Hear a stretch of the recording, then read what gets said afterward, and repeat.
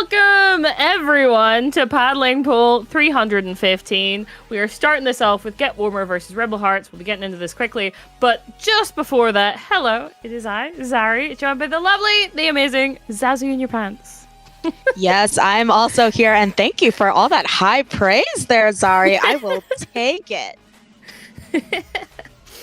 Yeah, this is looking like it's going to be an interesting first set for us. Looking at these maps, starting on Rainmaker, on Undertow Spillway. I am intrigued to see what these two teams have going for them. Yeah, I hope that Get Warmer is not self-entitled, as in, like, you know, we're cold here. Those hands better be hot, because people can really sneak a nasty lead on a place like Undertow Rainmaker if you're not paying attention. So I'm hoping for their sake that they're warm, they're ready to go, and they're ready to get those picks to stop a nasty push. But we are going to get into this on this Paddling Pool 315 starting off. Let's take a look at these loadouts. Yes, indeed. Okay, is that a bow? And we've got a roller on both sides? What is happening? Okay. Yeah, this is a very interesting, because I think this big bow we have here, usually I would argue it's not entirely unseen to see people pull out maybe a well string on a place like this, but no, we do have a pretty standard big bow, which you very rarely see in comp, but already we have Rebel Heart a bit on the back foot here, throwing out those strikes to stop this incoming push from Get Warmer, who I think with this bubble might be able to get an easy check. Oh, maybe I spoke too soon. It does seem like Rebel Hearts are very into their ink strikes. Those have been what have stalled this out long enough for them to come back in, but that's two of them down again. It's 2v2. No, never mind. It's 1v1. But that does mean they get the check. But here's the strikes. Oh my god. Yeah, I think they have that double ink strike going on here. So we are going to be seeing that a lot, but Get Warmer very critically does get that first check, which they've been forced to retreat with the Rainmaker resetting here. But I would argue that the game really starts as soon as you get that check. Of course, you can pick that up and push that through that choke to get a million bazillion points if you get the option. So right now Rebel Heart is at a bit of a disadvantage here, not having that check, but you see they've gotten the picks necessary and they're going to start their push right about now. Yes, indeed. Now, it does take a little bit to get actual points on the board, but they're making their way towards that checkpoint, or at least trying to. But with that crab and the sniper kind of sitting, waiting, there isn't really much opportunity to push up yet. Oh, and definitely not now, as the Julies come in and are able to confirm that pick. And okay, hello, Roller. Yeah, unfortunately for them, they were coming up on that checkpoint, but I think they were forced to sort of give up that space, and the Rainmaker does go down in a very inopportune place. We have Lime sending out one of very many tri-strikes coming out in this game, but I think with Get Warmer, they have their cooler ready, they have this roller, and even in the face of those, what's it called? Even in the face of a lot of these specials coming out, they're doing a pretty good job defending. Indeed they are, though it does seem like Rebel Hearts are still trying to kind of push up. The roller was way ahead of them there, but not really able to help them continue to make that push. They're going to have to give it another go here, but do they know that that player is sitting in wait? No, they do not. Yeah, I think that also we see a bit of an unforced error there in terms of strategy. Actually, obviously we've been seeing a lot of these tri-strikes, which I think is a really strong special to have in something like a Rainmaker. Of course, you can throw out those strikes, walk with them, and have your Rainmaker holder be invulnerable. But we saw those tri-strikes come out earlier than the person who was holding it is the person who had the tri-strikes, which is not what you want to do. But they are able to push up to this podium here, get pop, and all they have to do really is hold it and walk a little bit, and that is going to be the lead for Rebel Heart. Indeed, they do end up pretty much all going down. This this shot being the only one still alive, they're able to give the jumps and actually keep them alive, surprisingly. One of them was quite far forward. But they're continuing to kind of keep up that pressure and not let Get Warmer kind of walk in on them, as we're seeing here. But still, players going down on both sides. And it has definitely gone in Get Warmer's favor there. Yeah, you see a few members of Rebel Heart going down. As such, they're going to have a bit of a tactical retreat, going to be a bit on this back foot. As Get Warmer organizes, they have the Rainmaker, and it's going to be their turn to push now, but they are facing a lot of offensive and a lot of tri-strikes. There's just a lot of stuff happening. I think 3 of their members are still up, make that 2, and I think honestly, having this big bow staring at them with that killer whale is going to make it very tough, but we only have 20 seconds left in this match, so Get Warmer is going to have to organize and take those steps, but it's not looking like it's going to happen with 3 of their members going down and only 10 seconds left. Yeah, truly not an ideal position to be in as Get Warmer. They do regroup, and they're trying to get this they're trying to get this Rainmaker in time. But that's 2 down for Rebel Hearts. 3 down. That is not good whenever the lead is 5 points ahead of where Get Warmer got to. Yeah. Okay. Yeah, there's a bit of a... I would argue, Zari, a little bit of an odd choice there. I don't know if that came from maybe some panic. But... I mean, wait, were they able to get that lead? No. Yeah? They just went down?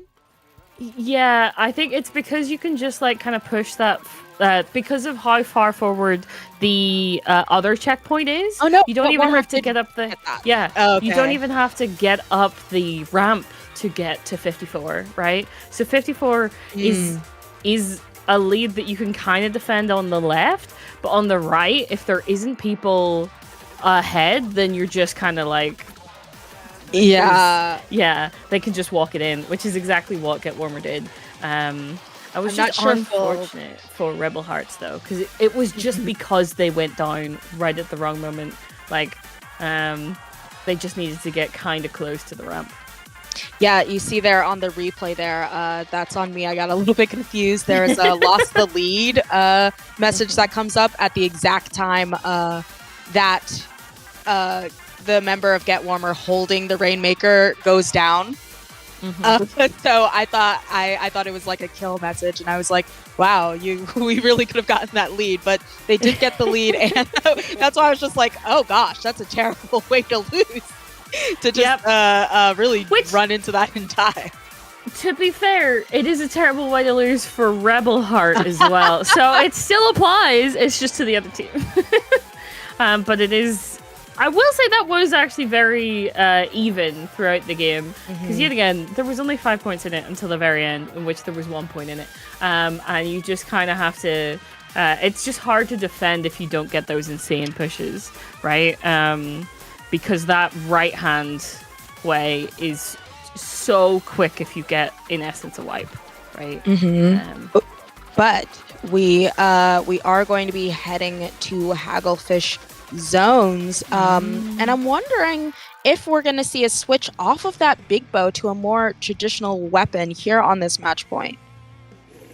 Oh, if they are very much a bow player, then I do not expect that. But interesting, they don't switch to, I suppose, well string. Yeah. Any other bow.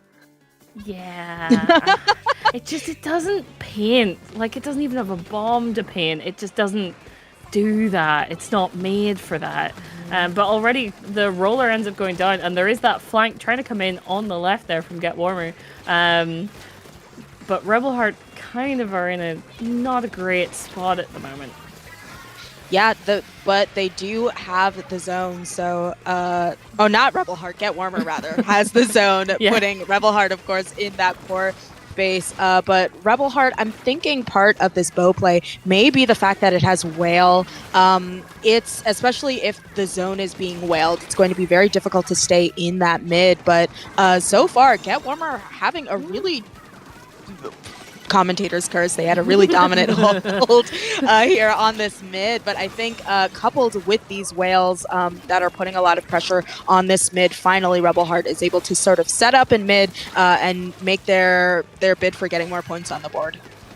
Yes, indeed. And I do think the one thing that's going to go very, very well in Rebel Heart's favor is they're going to be able to retake that zone with these ink strikes, right? They have ink strikes probably every, like, I don't know, 20 seconds. So that's going to keep the pressure up, even if they're not, but they need to be able to keep it, right? I think they're not going to have too much difficulty getting the zone. It's holding it that might be a problem unless they can get the picks. Of course, we have Anoma here getting a really cheeky pick, along with allowing for their members to jump in, getting another pick. So now it is time for Get Warmer to make their bid on getting into the zone. Of course, popping a bubble to keep that space, but the prophesized, I think that is a sextuple ink strike there, two of them going out, I think, and Anoma is just on a killing streak, getting a lot of these picks, and the lead is still going to stay in the hands of Get Warmer. Yeah, they did very much take that back just when they needed to, and they don't have very many penalty points to get through, but it will depend on if Rebel Hearts is able to kind of take that zone back. What the? Oh my god! What did we just see there? Sorry. That was a delayed wipe, 100%. But also, hello? Alright. Really saying not today.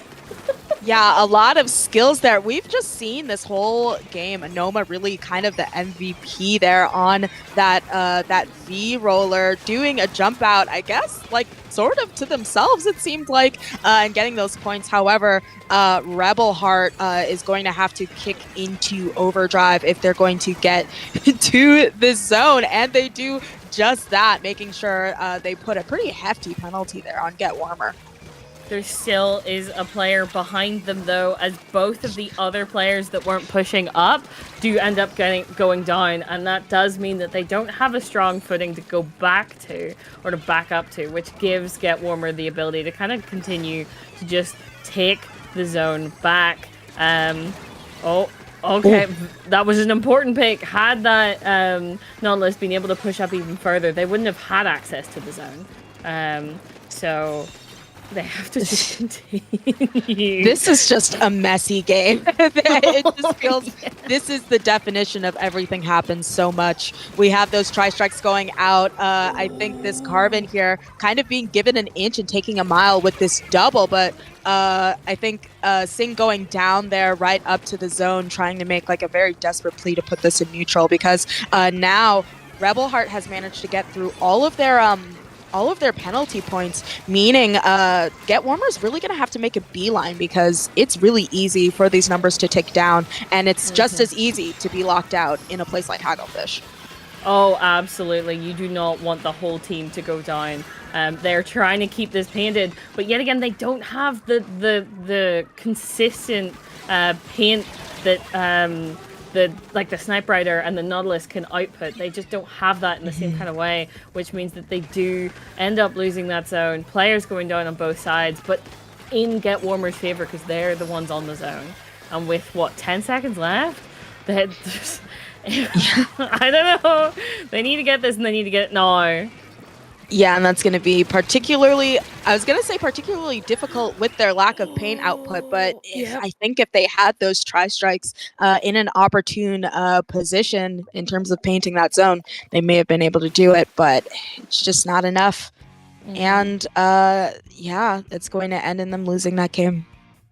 Yeah, I will say both of these squads, like, they definitely had, they were definitely leaning into different kind of strategies, and both had the ability to take this, but it just ended up being that, as we talked about before, that roller on the side of Get Warmer was able to just get a little bit more, like, the picks that they needed at the right times to kind of continue that hold.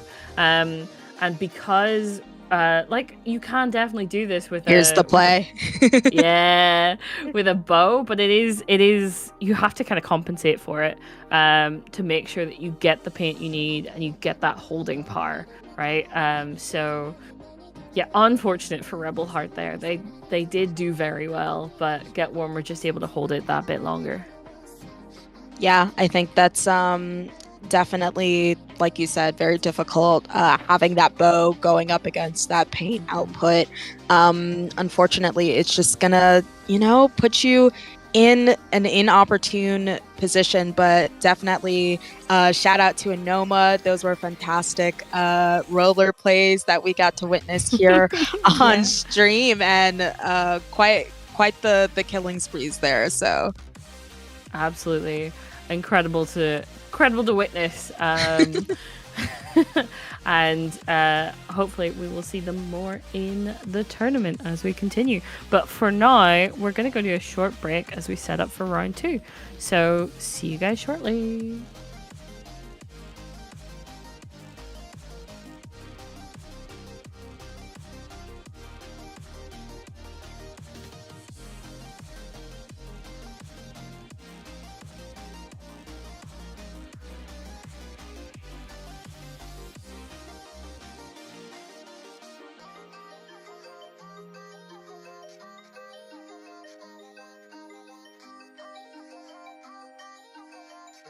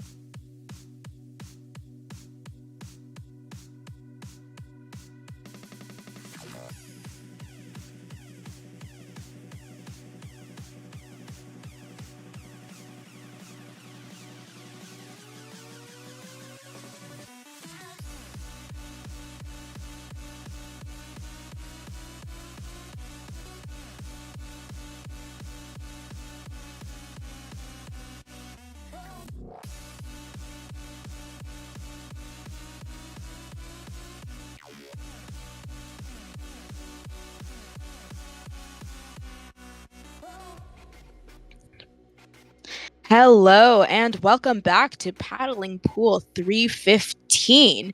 We're going to be looking at LeBron and the Lakers plus Cell Very uh, important. versus Corrupted Light. Now, Cell does have two L's, but listen, let this be a PSA. Those of you who have these long names, Might not sometimes, always you know? get what you want, you know?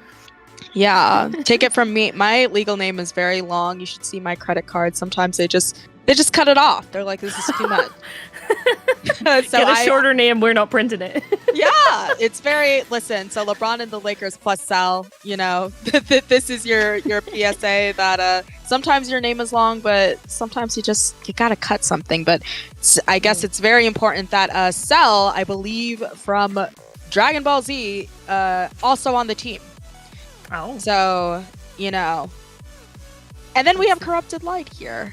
Very succinct, very elegant name, and they are going to be going head to head here. Starting with Museum Clams. Yeah, very, very standard clams map mode, I will say. We see it a lot. We see a lot of teams stall out the middle until the game explodes as one of them pushes / wipes the other team, and there you go, points on the board. So I'm interested to see if that's what we're gonna get from these two teams. Maybe, maybe not. But we're gonna find out. Yeah, I quite like this map, but I've heard a lot of complaints in the past here. But we're looking at these loadouts, a pencil on both teams to be expected. It seems as though they are not drinking the heavy edit Kool-Aid. That's kind of been going out lately. And instead, interestingly enough, we are going to be looking at a range blaster on the side of Corrupted Light and a splashdown Nautilus from LeBron and the Lakers and Cell. Yeah. Oh my gosh! Okay, so Corrupted Light are not having a fun time, and that also means we're not going to have the big stall out in the mid situation because LeBron and the Lakers and Cell don't have time for that. They've got a game to win and points to get on the board, and that's a very clean 50. Sad is still here, not for long though. Yeah, LeBron and the Lakers and Cell have managed to get past the proverbial 60 points, of course, which you're going to want off that opening push, seeing as though you're giving the other team a power clam. And really, I think that early push can be really attributed to their great setup. Of course, they had that crab on that middle spinner, which is the perfect place to have it when you have your team pushing an objective up that ramp. And it seems as though already Corrupted Light a bit on the back foot once again, and the Kraken coming out to really push them out, because if you don't have this pressure of this invincible special here, then you may just be powerless to Cell, who is ready to come in here and mount another push. Yep, and there is almost no resistance as they get the whole way in there through the penalty points immediately. Corrupted Light trying to get their footing, trying to find the picks they need, able to get a single pick, and there's another one, but the push has already gone the whole way down to 28. And they haven't even got all of them out of there. Oh my gosh. Yeah, Epoch here, the pencil kind of being a little bit like an E-leader, getting a really nasty pick as a sort of payback for those directs from the range blaster. But already, yeah, it just seems as though LeBron, Lakers, and Cell, they really have this like undeniable pressure, because even with 2 going down, we saw this just a little bit past. Like that disadvantage state isn't enough to really completely get rid of LeBron and the Lakers, but they're finally retreating to their own plat, and this may be the time for Corrupted Light to mount an offensive. Yes, indeed, or at least they're trying to make it the time for that, but they don't have enough. They don't have enough to make a power clam. That is very unfortunate. The pencil, being the last alive, is able to jump out, but had just used their special, I do believe. Yeah, they just used They just used the tacticaler all by themselves. Does mean they got out, but it does mean that I'm not sure very many people are. Yeah, they're not going to get their drinks. Not today. You know, I think their teammates were already down, so the damage was done. 2 members going down on the side of LeBron and Lakers and Cell. They have this active crab that does go down, so it seems as though Corrupted Light is really able to get those picks. We've seen several cases where they're able to get these doubles and these picks, but it seems as though LeBron and the Lakers themselves just have such an offensive pressure that even despite going down, they've been able to deny Corrupted Light making their push. But with those tri-strikes, finally some points on the board for Corrupted Light. Indeed, and they've made it past 60, and they have another one! They are able to get it in, but that will be a wipe. And normally that would be an incredible push. Like the kind of push you go from 100 to 37, but not in this game. Not right now. It's not enough. And it's about to become even less of enough. Oh, but not quite yet.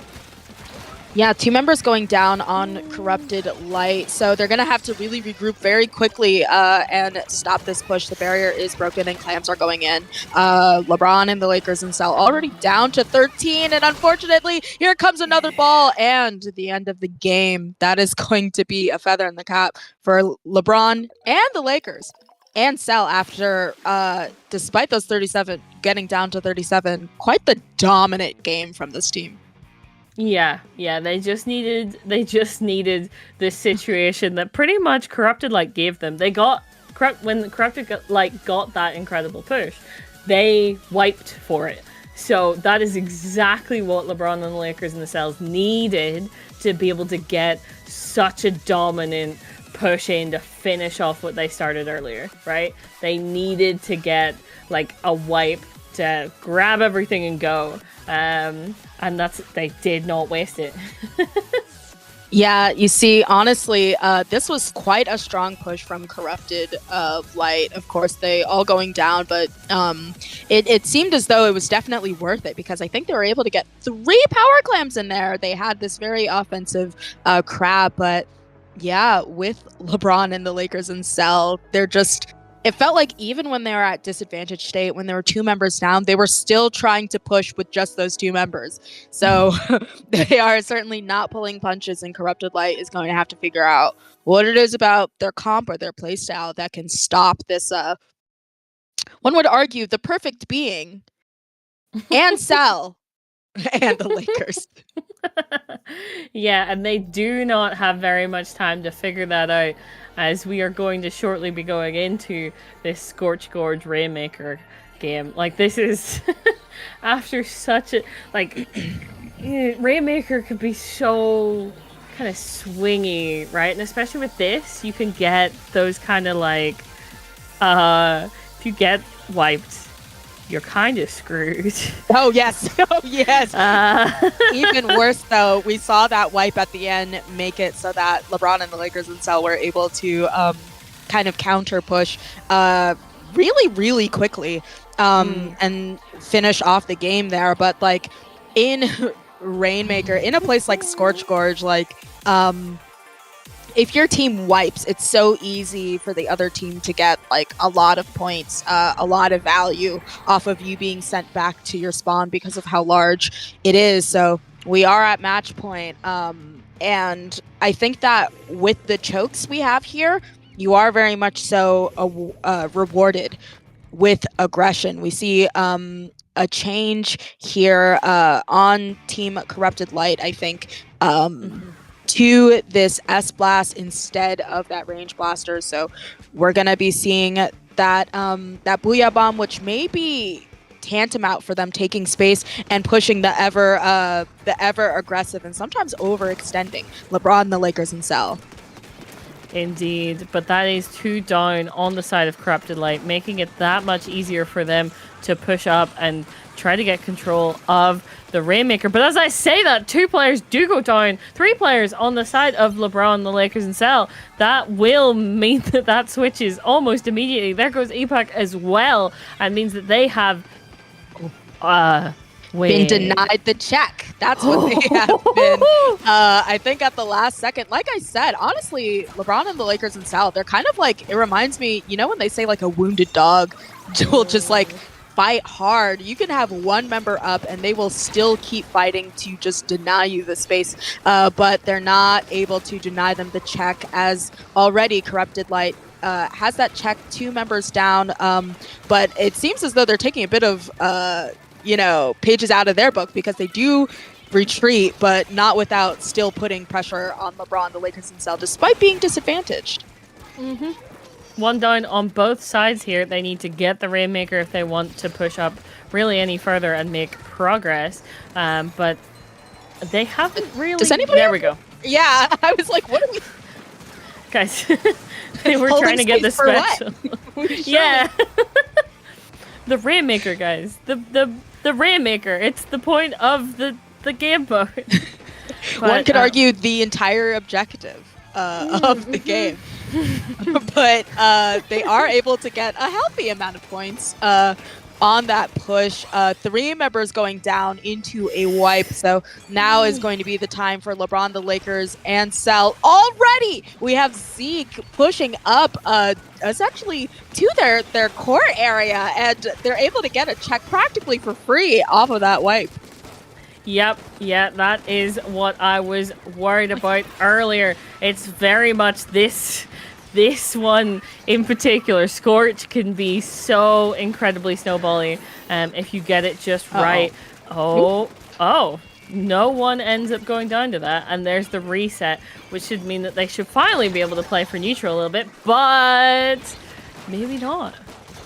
Honestly, I think one of the reasons we see this double here from Exashi, one of the reasons I think Corrupted Light has been able to sort of like turn the tables here very early on LeBron, the Lakers, and Cell. And I'm looking at the time here. I'm realizing we're just past halfway, even though this has felt like a 10-year long. It feels way longer than that, for sure. But I think that their leading here can be given up to their aggression and their pressure. They've really kind of taken the playstyle of LeBron, the Lakers, and Cell and like put it back on them, where you have them disadvantaged, still fighting back and stuff like that. But as we've seen, once you give their team an inch, they will take a mile. In that they already were able to get that check off of that wipe, despite being really far back. So LeBron, the Lakers, and Cell picking up that Rainmaker, 2 of their members going down, but we'll see if they're able to pop and maybe get the lead back. Yes, indeed. It does seem like Corrupted Light is trying to keep this alive. Incredible that they stayed alive in that scenario specifically, but that's another player down. The Rainmaker is on their own here, and they are able to get another player to help them. But that is, they've got to be very careful. That Snipe Rider is waiting for them to overextend. Yeah, and we saw them in that other game that Snipe Rider can be quite the Charger player, getting some really great picks. Right now, they're being pressured by this crab, and that's enough chip to make them go down. But I think more critically is that they were able to stall out that time. A lot of people complain about Rainmaker being a very stally mode, and I think that that's kind of part of it, is that, as you can see, Corrupted Light, it was not trying to push. They're trying to run out the time that they've done so successfully. We're down to 20 seconds, and it is time for LeBron, the Lakers, and Cell to push, but 2 members going down on either side. This is going to be a critical time, because I think this is the last amount of time they're able to do this. I think a Booyah Bomb going down, not quite able to stop them. So this is going to be crunch time. With the Strikes holder going down, we are now into overtime, and I think enough members down that they may be losing out on this lead. Of course, members of Corrupted Light spawning back in, 2 members going down, and right now 1 member alive. I think that is going to be it with this wipe. An extremely unfortunate game lost for Corrupted Light. Oh my gosh, sorry. Oh, that looked like they were gonna have the opportunity there. They just needed to mount a defense, but they just did. Like, they were all coming back kind of separately, right? seemed like they had everything in their toolkit to make that work, but it just didn't kind of like build together right just when they needed it, which is unfortunate. They had that lead. It wasn't an incredible one, but definitely one you can defend. But yeah, the situation that led up to it clearly just did not allow for that. Unfortunate for Corrupted Light there.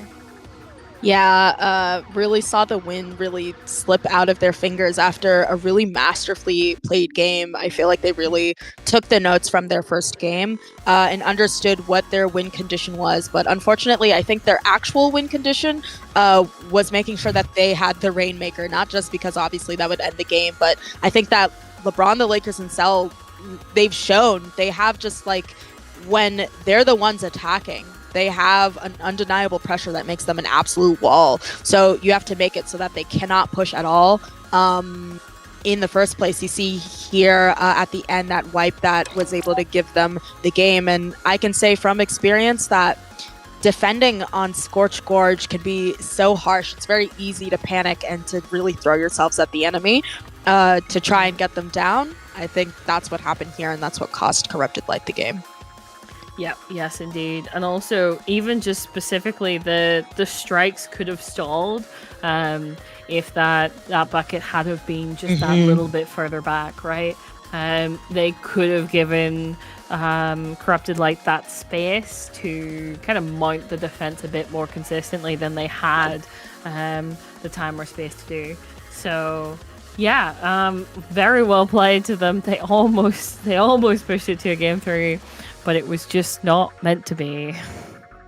Yeah, but I want to make sure I give Corrupted Light their flowers. I think that, like, aside from the fact that they were playing a pretty dominant game in that last one there, also remember their push down to 37 or so in that prior game that they did all in one push, despite being really smothered the whole game. So I'm sure we're going to see Corrupted Light again and some strong plays from them. But I think in the meantime, let's give us some time to kind of catch our breath after that very dramatic finish there, and maybe take a short break there, Zari. So all of you who are watching, don't go anywhere, or do, but just for a little bit.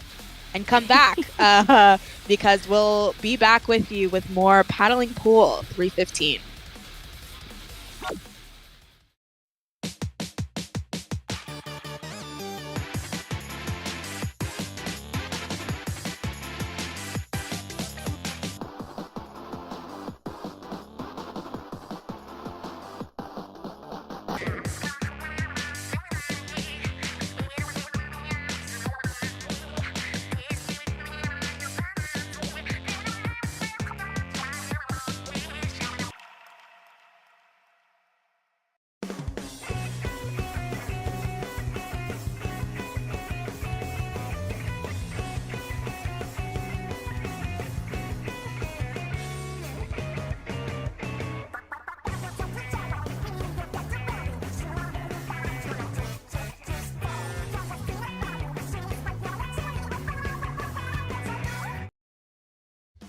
Splatoon Stronghold, a stronghold for competitive Splatoon, providing resources to long-timers and newcomers alike. If you're new to the competitive scene or still figuring out how to join, we have a getting started guide and plenty of other resources to help you in your journey. If you are a seasoned veteran, we still have plenty to offer. You can find and join tournaments as well as participate in our Captain Forum and find free agents and teams. Our mission is to make competitive Splatoon easily accessible to everyone. So what are you waiting for? Join the Splatoon Stronghold today!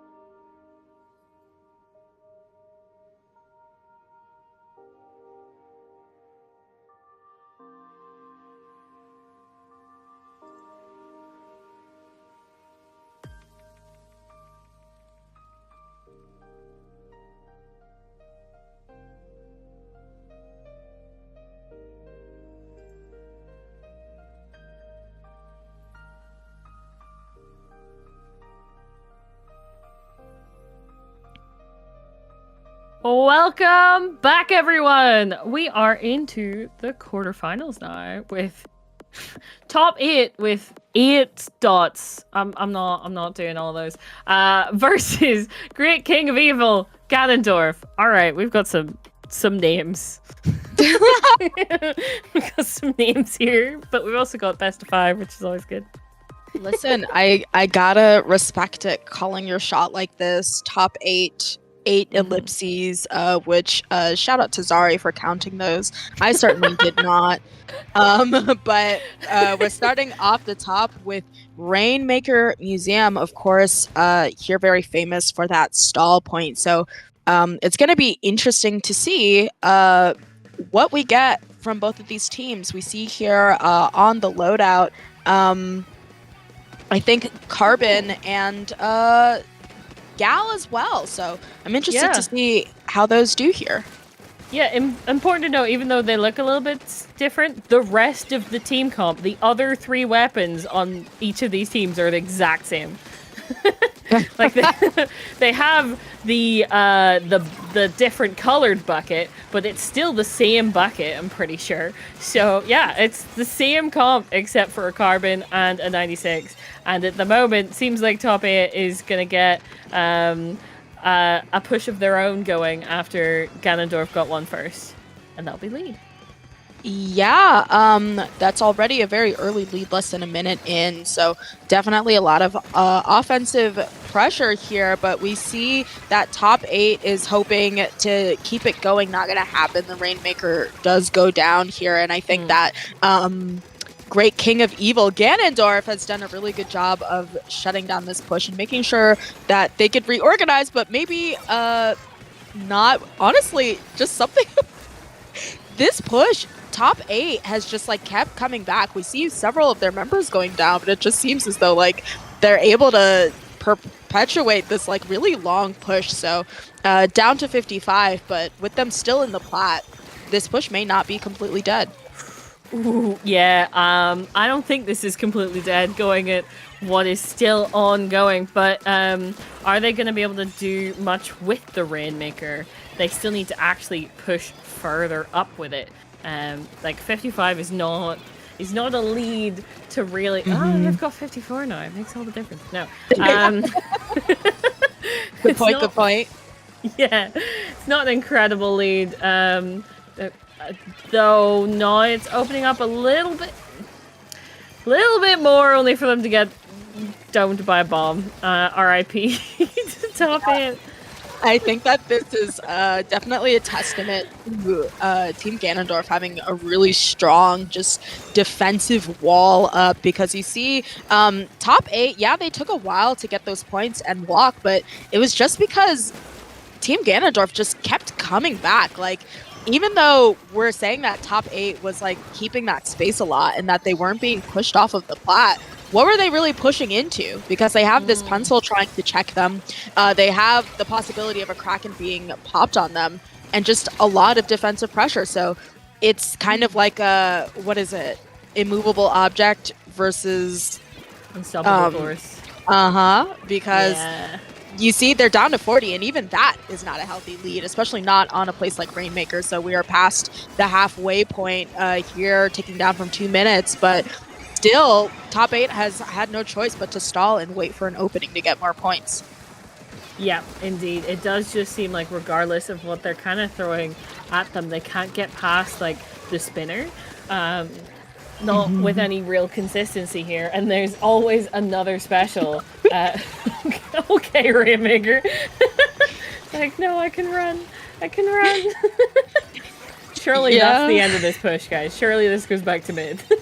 Yeah, Surely. I think as much as we've been talking about top 8 really fighting Ganondorf like on this plat here, I think another part of the story is that Ganondorf has not been able to start on their push either. We are closing in on 1 minute left, and they've spent the entire time having an ironclad defense, which has definitely paid off, because it means that top 8 hasn't had a really strong push this entire time because of their defensive pressure. But you don't win off of defense. You have to to get those points on the board with this pop. 2 members going down on team top 8. So now it's finally going to be time for Ganondorf to maybe to kind of squat up and push here, but no one has gotten the Rainmaker yet. Gotten a little bit late there with 2 of their members going down. They're not going to be able to push off of this, and they don't have a lot of time, so they're going to have to organize and figure out what they're going to do just about right now. Yeah, they are indeed, and they do not have that backline because the backline was the one with the Rainmaker, so they don't have the same kind of pressure they could have otherwise. They do have that Kraken, which is going to go up and ahead, but there is at least one player behind them at the moment at the Rainmaker, able to get a pick. So I'm not sure if they're going to get a push because this chaos is just continuing. Yeah, 2 of their members are down, even though they were able to get this Rainmaker. I think with these strikes, that is going to be funny enough. We're seeing GG strikes in Rainmaker here. So that is going to close out the game, I believe, for team top 8, sort of calling their shot there and opening up their place to top 8 possibly with this first win. Indeed. Also, important to note, like, we were talking about it throughout the game, but, like, the stalling effort of top 8 kind of, like, moved the neutral play for, which is insane, for the first half of the game to Ganondorf's plat. Like, they just stayed there. Both teams just stayed there, trailing out, but neither team getting too much of an advantage for long enough that it just kind of wasted away most of that game. But yeah, then there wasn't time for Ganondorf to do anything else. Not really. Yeah, I think you're right about that sort of stall tactic there, but also I'm gonna give it up to Ganondorf as much as I have praised their defensive play. I think on a place like Museum, you do often see it that people go down and that just leaves the entire plat wide open for the other team to just swim up and steal a nasty amount of points. So the fact that enough of them were able to stay up and make sure that they didn't wipe, even though they had very little resources on their own plat, means that top 8 may have won the first game, but they certainly have a great evil ahead of them that they're going to have to hope to defeat here on Zone's Mega Mart. Yeah, which I think is going to be interesting. It's a very close quarters kind of map, right? So you have to drop in and do damage and figure out your footing before you can kind of end up attacking the other team. So I'm intrigued to see if we do see any changes or if we're continuing to see an almost mirror match going on here. Nope, that is the mirror match continues. Yeah, we have a change on that Gal. Instead of the Kraken, we are going to be seeing that whale out of bounce. Who's changed to a 52, likely to pressure the pen that is just going to be sitting there on that snipe, but 2 members already going down on Team Ganondorf. There is just a lot of pressure coming out from top 8 right out of the gate, and of note, even though we're seeing basically this mirror match, top 8 is using what they have that is switched on the other team is that top 8, of course, has this Carbon, while Ganondorf has that Gal, and quite frankly, Mako Mart really favors a lot of AoE play due to these stacks, so they're using the AoE that they have from this Carbon quite to their advantage. Yes, they are. They are able to take 1 player down, but that's 3 down on Ganondorf again. Gosh. And there's the drinks coming out, making any kind of push on the side of Ganondorf not take as much of an effect on the players of top 8, but it does seem like they were almost going to get that. They need to get the zone. Surely some strikes. Oh my goodness! Whoa, what a buzzer beater here. You see those strikes coming out from Team Ganondorf, able to just barely cap the zone right as that one was ticking down, putting a nasty penalty of 75 on Team Top 8, which means they are essentially going to really have to start right from the top almost, because because it is going to be very difficult to eat through those penalty points. I'm sure there's a lot of annoyance in the voice comms of top 8 at the moment. They just wanted to get that knockout and be done. But it does mean that Ganondorf is going to need not a wipeout. They don't need to get wiped right now, but they do need a complete knockout KO. Yeah. Which, ooh, they are going to struggle to do. They need to keep that kind of deal with, as it were, top 8's pressure, and know that there is always going to be a carbon waiting to ruin their day. Yeah, and you see there's already 10 seconds left in this penalty. They've eaten through that 75 almost like it was nothing, and I think that... Oh my gosh! Ganondorf once again deny them the knockout at the last second, and I was going to point out, top 8 had strikes ready this time. We have this mirror match. Both teams have these strikes, and they said, no, I'm going to strike and make sure that we can secure this win. And once again, I just wondered what these comms sound like, because Ganondorf at the last second sending out those strikes, having enough pain pressure to cap that zone is going to give them, I think, prior a 57, they made it down to 43, and Ganondorf has managed to once again cap this zone, giving them a 54 penalty. So this it's very, this is the game that never ends here for top 8, because once again, they're going to have to mount this event to pick up the zone and stop Ganondorf from ticking down on their points. Yeah, this has very much been a game of penalty points. But 3 going down on the side of top 8. That is exactly what Ganondorf needs to get their footing again and get control of the zone. They can get through these penalty points, but are they going to be able to hold it against whatever top 8 decides to throw at them? That is the question. Okay. Yeah, and they're already making their way through their points. It seems as though a lot of the strategy has just kind of been denying top 8 a lot of that pressure. 3 members are going to go down on Ganondorf, though, and that is going to be a bit of a devastating play, because as much as Ganondorf has been able to save themselves from the clutches of defeat twice, there's only so much time left in a match. So at this point, they're not just going to have to push, but they're going to have to push and keep the zone. They cannot keep just relying on denying top 8 the zone. So they currently have zone control, but with 2 of their members going down and 30 seconds left in the match, they're really in dire straits. Yes, they are. They continue to take back this zone, and picks are coming out on both sides, but is it going to be enough? They need to get a hold, as you were talking about. That's what Ganondorf needs to take this game back. They need a hold. They've made so much progress on these points, but they're gonna have to struggle through overtime to get it, and top 8 know that all they're gonna need is to cover this zone.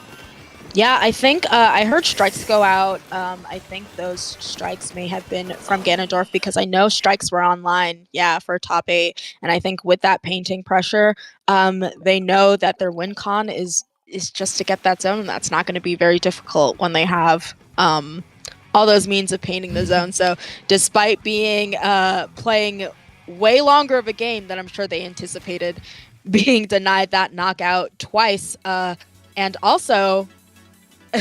with a game like that, if you saw the first 30 seconds, you would not be thinking that that top 8 would be going into overtime at the end of that game there. But fantastic resilience from Ganondorf, and I think this once again just speaks to their fantastic defensive pressure, because if it's anything that they'll do, it's deny top 8 an easy win, as we've seen here on the second game. Yep, keeping them on their toes, not quite enough to stop them from taking that game, but they just had such a long way to reach what top 8 had already got to. Like, pushing to 1 is insane, but also being able to stop them with adding penalty points, more like it came down to it twice, but they continually added penalty points, in between those anyway. So, yeah, just, oh my goodness. Ganondorf. Persistence. Not the team, the concept. A lot of persistence coming out of Ganondorf. I think, like I said, it just really mirrors. Top 8 couldn't get a really clean push either on that Rainmaker game. They were up against Ganondorf, who was constantly shutting them down and denying them points. And I feel like the same sort of happened here. But like I said during the game, defense does not win games.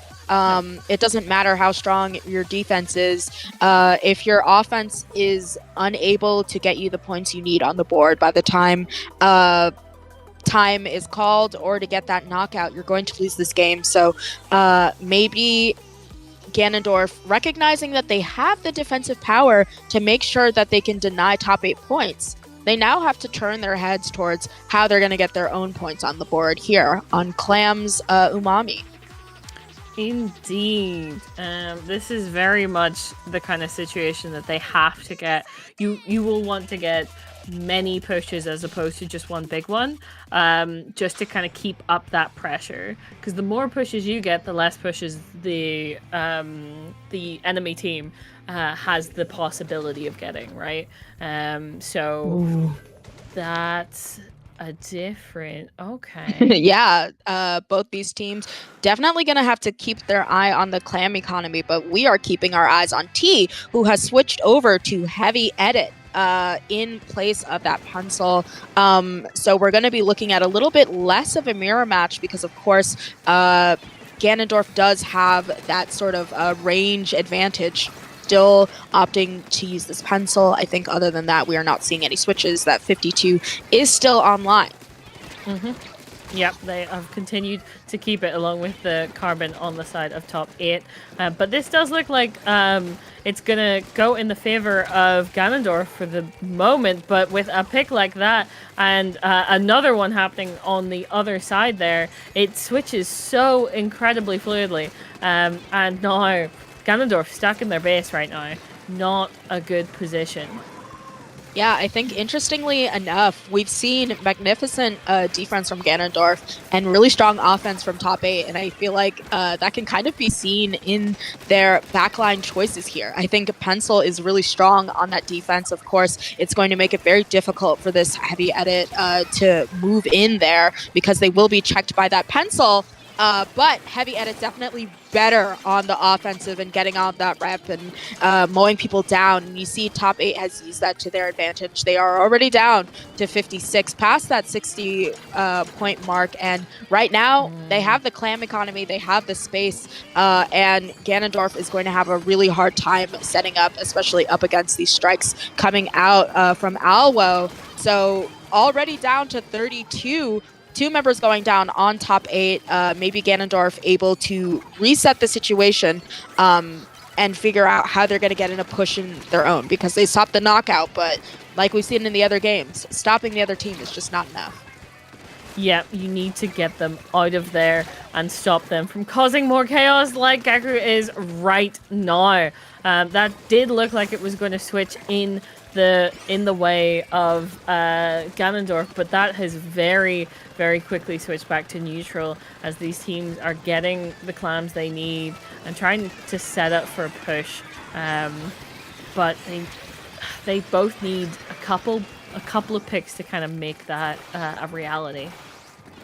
Yeah, I think actually it seems to me, because we saw in that first game, top 8 has no problem with just stalling, biding their time, and really waiting for the opening. As much as they are an aggressive team, they don't necessarily make it a habit to unnecessarily overextend. So they're fine with this healthy lead past the halfway point, just kind of waiting for an opening that they themselves are getting. We have Alwo moving in, trying to get this triple here, not necessarily securing it due to a jump out, but once again, Ganondorf is stuck in their own plat, under their own basket when they've yet to get a power clam in for themselves. So it seems as though even with this power clam, and they have the other one on the back foot, with 3 members going down on top 8 and these strikes coming out, maybe this is finally going to be the time for them to mount their offensive and finally get some points on the board.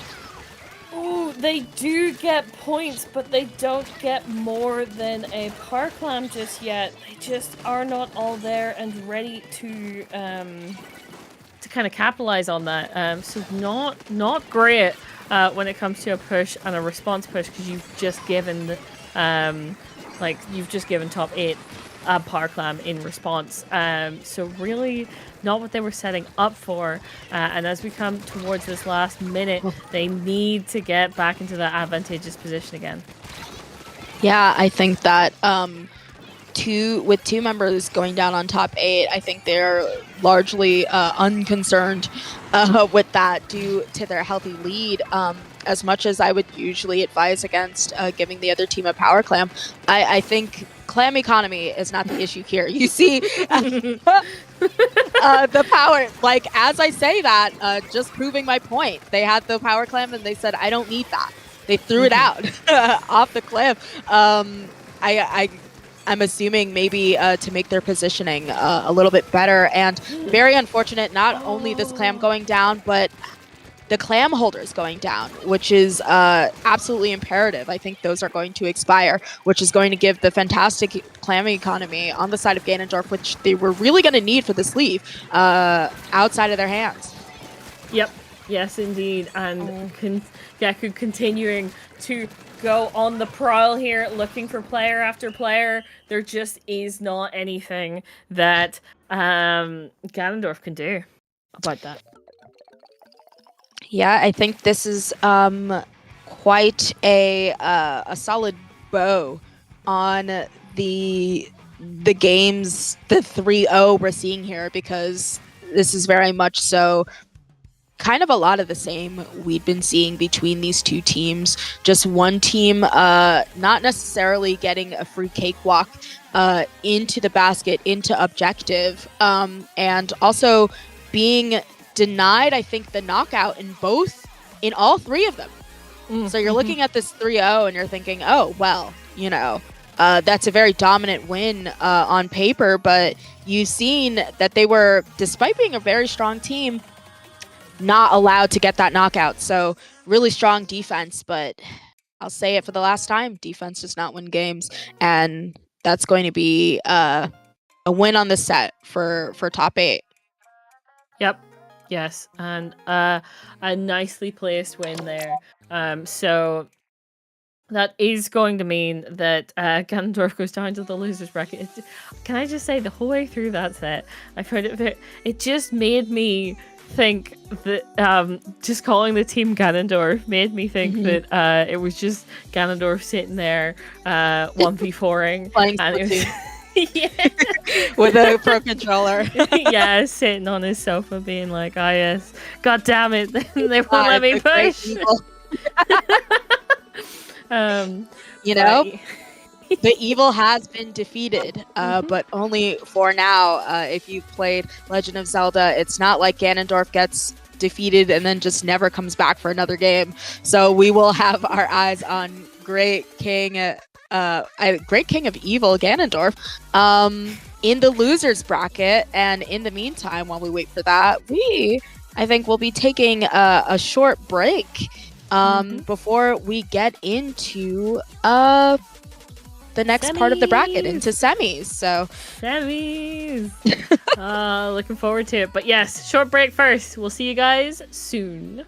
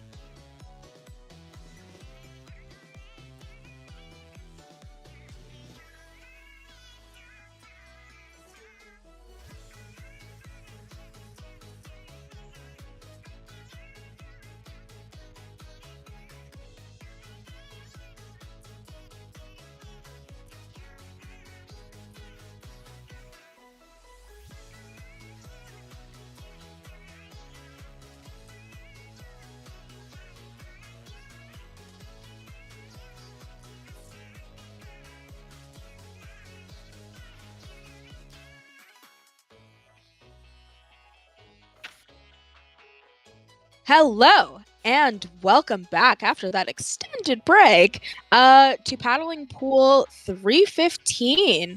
I'm Sasu. I'm here with Zaria. Yep. I gave it a little stank on that. Zari. I'm here with Zari, and we are here in semis with possibly negative 68, minus 68 versus FV. Very short, concise names. I think literally 5 characters between the two of them. So we'll see if these games are just as short and sweet as their names. Yeah, I'm intrigued to it feels like that should be a like part of an equation, right? Like we've got to find Perhaps. FZ and minus 68 is on the other side. I don't know. I wonder what FV minus 68 is. And we may not be finding out. We have a bit of a delay getting into the game. Hopefully everybody's routers are okay, but taking a look at these loadouts, very interesting stuff going on here with this gal and I'm intrigued. There's the Snipe Rider on the side. No. The Snipe Rider on the side of minus 68 has like the FV tag in their name. I'm confused. There's 3 people with FV tags, and one of them's on the enemy team. So, what do you mean? But anyway, it's not important. The game's playing. Sometimes FV's dying. It happens sometimes. I would not be surprised if, you have 3 members of Moonlight and they're like, we're Moonlight, and Max is on the roster, and then you have Basil somewhere else, You're like, yeah, we're still Moonlight. Don't look at the team tag. So we do have an early opening from minus 68 here, already down to 56 with their Stamper down. And you see a really great stamp play here from Dill, but they do explode. And interestingly enough, we see Dill on that mini, the mini with Stamp, not the Zimmy. It's very rare you see a mini Splatling, but you would think on a place like Zones, particularly FV does not have a single bubble on their team. So they have decided to forego the bubble and instead put all their stonks in the buff of the Stamp, it seems. Indeed. At the moment, 68 able to take back the zone, but it's 2v2 at the moment. So it would not take much for it to switch. And there we go. Just as I'm saying that, it goes back to neutral. But Boy able to find the Zimmy, and they're able to kind of clean that up a little before it gets out of control here. But yeah, I just really want to know what does it mean? Why is this number? Yeah, there's a lot going on with these names, despite them being so little. But minus 68, they're kind of doing their namesake because they are past putting 68 points on the board, already down to 20. And with them sort of with one of their members going down, make that 2, it's going to seem as though that push is over, and FB has successfully put the kibosh on that push and really is setting up to mount a defensive as soon as minus 68 comes back. Yes, indeed. They need to hold that zone, but that is quite a struggle as you are you're continuing to kind of just shark and wait for the pick you can get here. But that is 4 players going down, one after another, until finally the only one left alive, just barely, is that Snipe Rider able to get out. And of course, minus 68 gets the zone for that. Yeah, minus 68 able to push up, kind of get back their throne here and start to eat through their penalty points. Interestingly enough, just FB, I don't know, they have those strikes which are coming out, called that, but their retake isn't necessarily very great. They have this mini, which doesn't, of course, have the best range here, but also when you look at their specials, if they're in a pickle, you would think it'd be very difficult for them to then get that space back. That Stamp, of course, going out, taking a member down, and they've already gotten through their penalty points. So now, even though they're at 40, minus 68 hopefully knows better that it's so easy to eat through these points, and they may be changing hands in terms of a lead here unless they mount an appropriate push to take it back. And it's not going to happen. 3 of their members go down, and that's a change of hands in terms of the lead. So unless they're able to really run it along with this whale, which they might be able to, they do get the cap. So prolonged game here. Zari. Indeed. Very much a prolonged game. We've been seeing that recently a little bit. Really? I don't know. Yeah. I have no clue what you're talking about there, Zari. No, absolutely. It's such niche knowledge, to be fair. It doesn't surprise me. But 68 able to, or minus 68, able to keep that push alive and get to 2, get to 1. And with this? Okay, no, not today. Not today. We've been put out of our misery a little bit. I say misery, but for those of you maybe just tuning in, our last set that we had on stream had a lot of denials of a knockout, lots of packing of particularly in zones, back and forth, making sure they got that zone, and we had a long game into OT, so we almost saw that here, but I think that minus 68 was able to cap that and make it so that we were not pushed into an OT, but definitely a very back and forth game. It just seemed as though both teams took turns being dominant over that zone, and very interesting for FV with that comp to get so close, really. Yep, yes, indeed. It did seem like it was going one way and it was going to continue to do that, but they were able to kind of break through. Wait, is it FV that I thought it's minus 68 one? Am I correct? Yeah, I'm going to overrule our. You know what? I'll stick with you in the delusion. I think that negative 68 won as well. I could be wrong. Yeah, I'm not going to be gaslit by this. Yeah, I am just going to. I'm going to side with you there. We'll both do a mutiny against the streamer and agree that negative 68 did indeed win that game. And even if it is false, I expect our streamer to adjust accordingly. Yeah. Minus 68 one, and that is the reality we live in, regardless of if you say it's incorrect. There we go.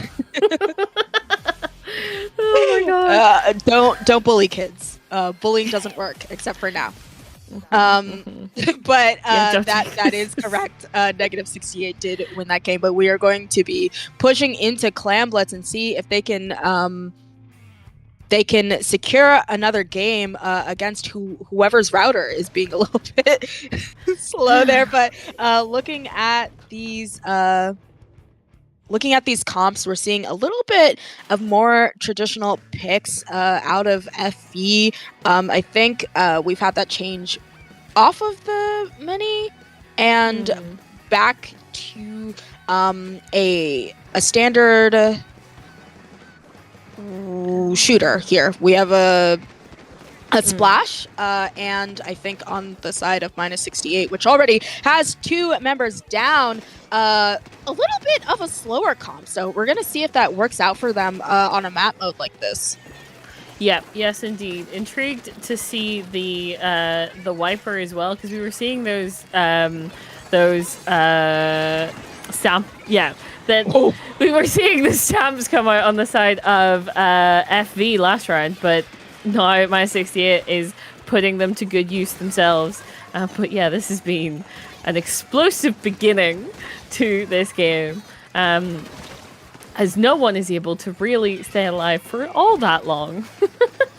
Yeah, but FV has a pretty solid clam economy on their side, which may be giving them a bit of a head here. You see, they're able to take over this mid and with that space, it's now time for, as I always say, there's just so many fights to be taken in a place like this. So they do lose that fight, lose that mid. So already lots of aggression coming out of minus 68 because they're already oh yeah, I was curious to see if that would hit, but they were able to, after being pushed back quite a lot, take a lot of space, make their way to the basket. They're down to 74, and with 2 members down in FB, we'll see if they're able to get any more points in. They're still chipping away at that 71 point, and we'll see if they're able to make it past that 60 and put a solid first push on the board. Seems like that will be the end of that push, but it's very interesting because it did seem like they'd entirely backed out, but I don't know if that was a bit of a ruse or if they just had decided, actually, we got that pick, we can keep this alive, and doesn't matter, they're able to get through those penalty points immediately and get down to 50, which is a good place to be at. Are they? Yeah, they're not going to be able to get that Parklam in though. Yeah, I think they're being very smart about their clam economy. One of the reasons they were able to end that push and then subsequently get more, start that push up again right where it ended is because despite members going down, they had a lot of members that had a lot of clams. So they're able to get back in there relatively quickly and continue from there. And you see, speaking of getting back in there quickly, they are already pushing up to this court area. And now it's just going to be a question of when that power clam goes in, and question answered. It's now. So now, especially with this Booyah Bomb, there's an incredible amount of pressure on FB to try and really get like the vermin like out of their streets, because they just keep going away at it. And I think with 1 member up on FB, they just have their work cut out for them. And I think that is probably going to be the last nail in their coffin. Yeah, once again, we've been denied the prolonged game at the very end there. And yeah, we're gonna be looking at a knockout from, I think, minus 68 once again. Yep. Yes, indeed. As you were saying, saying, don't let the FB fool you. This is team minus 68.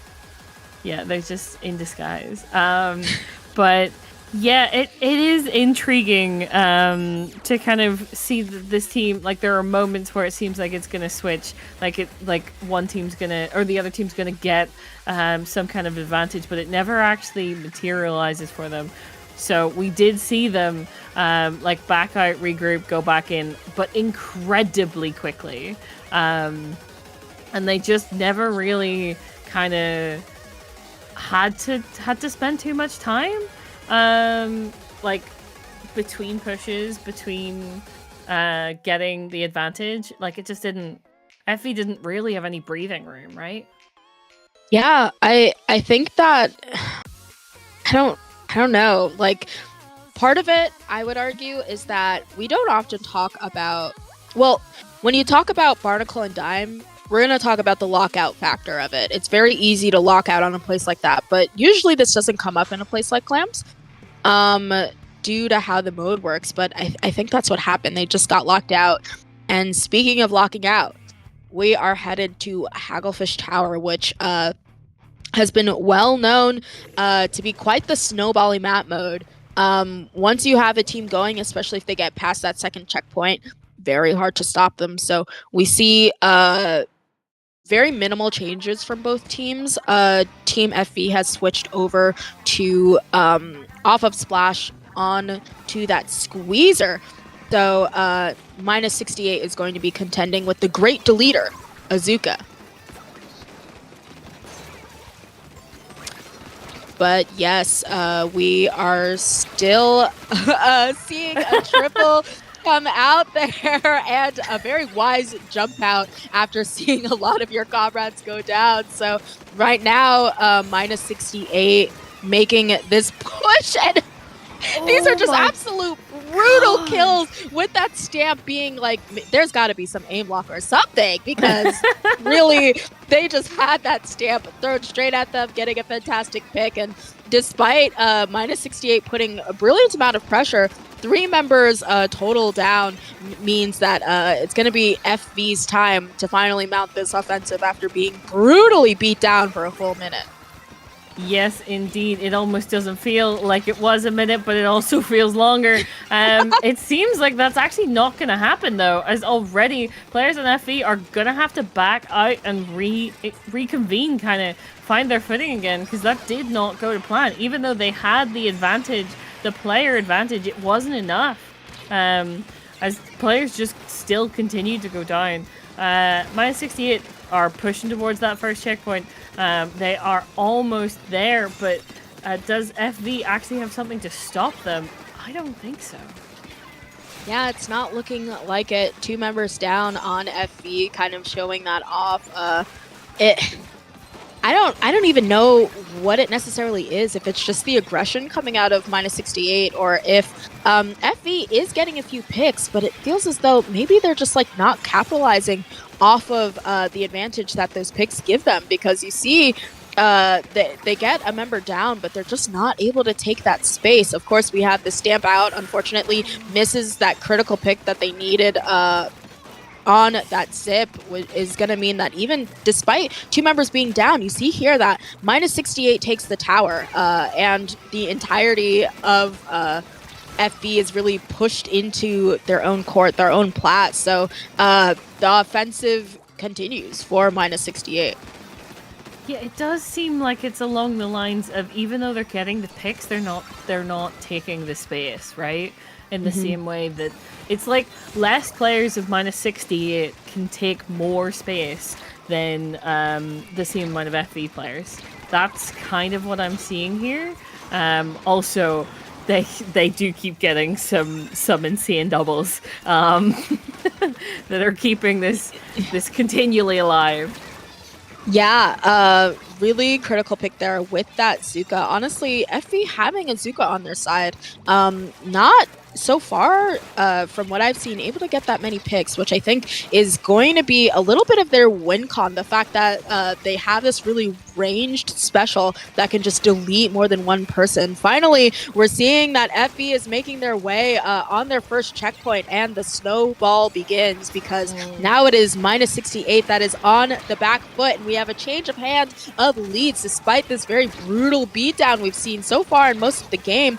FV finally able to take that lead, though it's not going to be a large one. Yep, and they have had to give up a lot of that space again to do that, because they ended up pretty much all going down at the end of that push. It means they're kind of having to fight their way back into mid. They're able to get some picks, but are they going to be able to keep this aggression up? It seems like they are. Yeah, I really hope so. I saw that they had 3 members down, and I was just thinking you will have to push, because they did lag a little bit on taking that space. Perhaps they're just playing careful. They know they're up against really tough teams. Of course, they especially know, I think, one of the members perhaps on the team, because we're seeing that Hayden, of course, on team minus 68 has the team tag. So perhaps knowing thy enemy is making them play a little bit careful. But with 20 seconds and not the hugest lead in the world, especially not on such a snowballing map, it is now time for minus 68 to make their final push as they move in here. In on, I think, what is that? The second checkpoint. Indeed. There goes the Booyah Bomb to kind of stall it out. Are they going to be able to hold down enough space? Oh my god! What? That's a wipe for anybody having their phone maybe in the corner. Didn't see that. We saw a triple off of an ultra stamp throw there, which is really the kiss of death for the rest of this game, because off of that Hail Mary final push from minus 68, I think they're able to take the set. That is such a struggle of a way to go out. Oh my god. Yeah, I'm like, we're gonna have to see that instant replay. I was like, this is the time if anything, for an instant replay. So anybody who maybe blinked, maybe looked away, can take a look at that absolute critical kill. Of course, you have a lot of back and forth during a lot of the game. Several members just going down here. Unfortunately, this was after we saw a flubbed kill on that jump camp.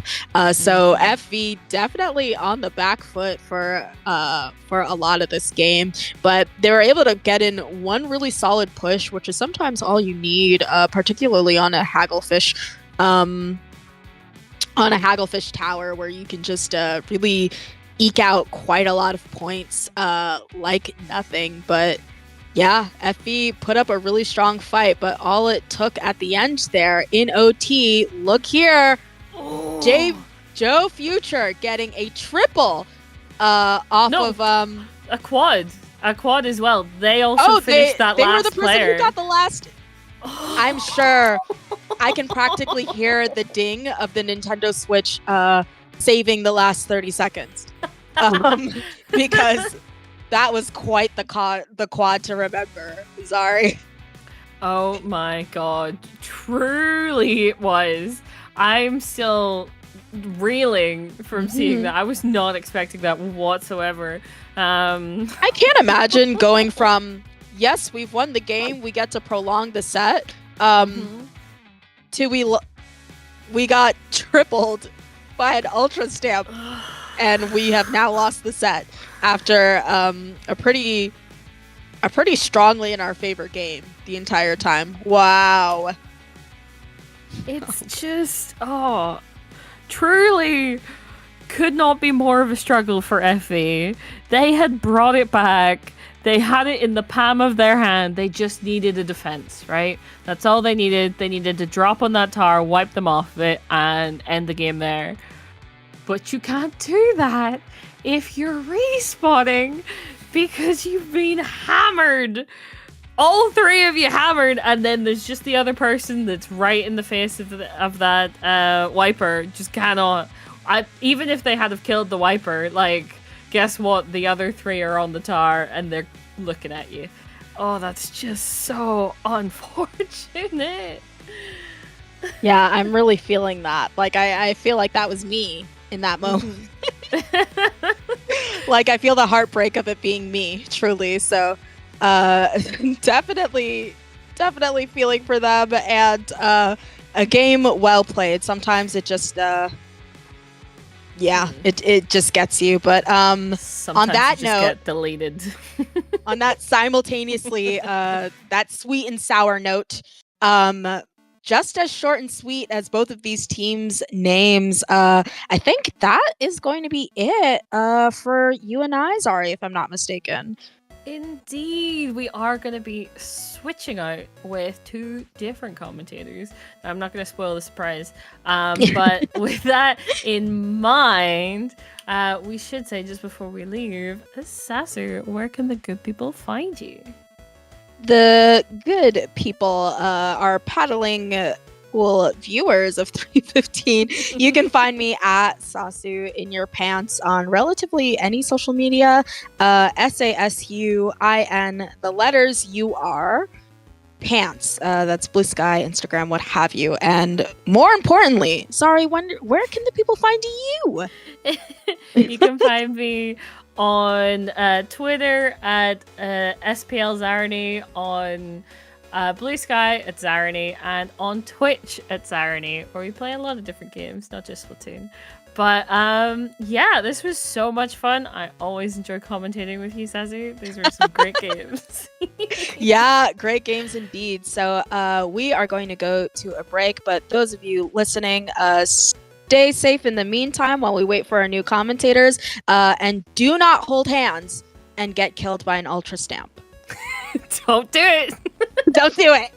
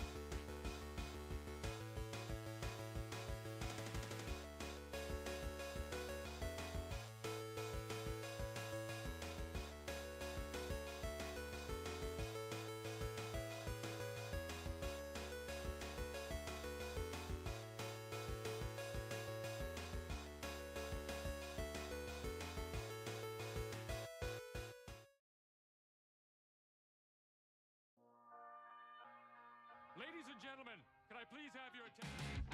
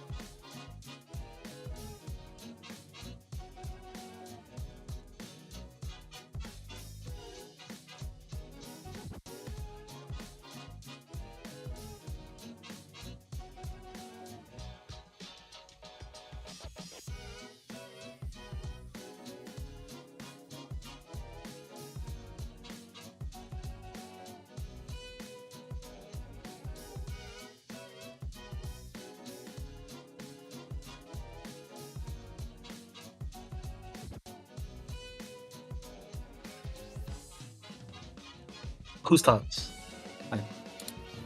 Hello and welcome back to Paddling Pool. I am Pat here with Dory. Dory, we're already entering into the winners finals. There's been so much happening. I can't wait to watch some more. I'm really excited about this. I got home like 10 minutes ago, and when I hopped into the VC, the other two commentators were popping off about how hyped the previous game was. So I hope they give me something to watch. Like, I want to see some of these hype games too. And Winners Finals is, Winners Finals is a hell of a place to start after a day of work, and I'm really excited. I've been looking forward to this all day. Yeah. So on one side we have top 8 French pickup. Glad to see these nice people be here. On the other side, minus 68 from other countries. I think that's a German pickup, but I'm not sure about. Yeah, I recognize a couple of them. These players change names so frequently, it's hard to keep track of who's using what alias at which point in time. But here we are. I'm sure these are all players we are super familiar with, and they are just about loading up right now. Yeah, let's get right in the game. We're starting with Clamblitz on Barnacle and Dime. And let's see what these two teams are bringing to the table. On the side of top 8. Ooh. The Wiper. Let's go. All right. Okay. I'm biased already. Wiper's gonna win, of course. But okay, it's been a while since Splash has seen itself regularly get picked, and I feel like Splash is coming back again. It's very interesting to see what players are doing with it these days. Especially when you get Splash 52 gameplay is just like really fast, really aggressive. On the side of minus 68, and here we can see going in there already 3 down. They got the kills and they didn't even have the ball yet, but here's the first score on the board with less than half a minute gone. Incredible opening by the 52. That's the power of a confident 52 that moves fast.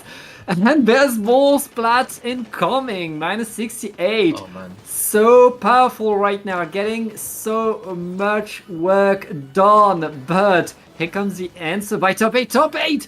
Able to get a few splats. Able to push minus 68 away. But 41 points remaining is already a pretty nice opening just in a single minute, Dory. Yeah, 40. I mean, you don't really want to go below 60. You don't want to let your opponents go below 60. And here, in a matter of a few seconds, they've already taken it down to 41. But then it's now top 8's turn to push. They have been getting the kills. They have been trading out though. I think not quite as firm as advantage as they would genuinely like to have here. And that ball will get rescued by the Wiper player here. But players are still going down left and right. The hammer unfortunately doesn't get anyone, and Gecko is all the way in here, ready for someone to come in with the ball. Yeah, Gecko is trying to push even further. They have a bit of clamp. They have a Zuka incoming. That Zuka is going to hurt the Pencil. Right now, it looks like top 8 is answering pretty well, scoring a good amount of clamps. They have no clamp incoming. It's 2 versus 2 though, and they're going to have to move back as the basket closes. I mean, that's an answer by top 8. They need to do to create another push like the last one if they want to tie up the score. Yeah, that was pretty good on their part. I feel like possibly the special usage wasn't quite well synchronized enough, and therefore one player was just stuck in crab while they had clamps. But there we go. And it's minus 68's turn to come straight in with 2 power clamps. That is a big, nice push you want to see. And the players jump out, but there's jumps back in again. And, they'll be fine with taking bits off here. Just like a few points here and there anymore can't hurt, especially as just that just means that top 8 has to come all the way back into mid, has to win mid control again and everything. And here we go. A crab will help with that really nicely. Yeah, but the flank by the 52 guy is pushing top 8 in a rough spot. Dory, minus 68 still. Outpacing top 8 is incredible, and right now they're doing just that, still moving forward, getting more and more. Top 8 on the defensive aggro all around, trying to fight with that bucket, only getting a trade. Oh wow, that was really fast gameplay from top 8. Just the kind of pinch you want to see coming like that and getting... Oh, that camp doesn't work. The Viper gets away with it right there. Dangerous jump as Vipers like to do.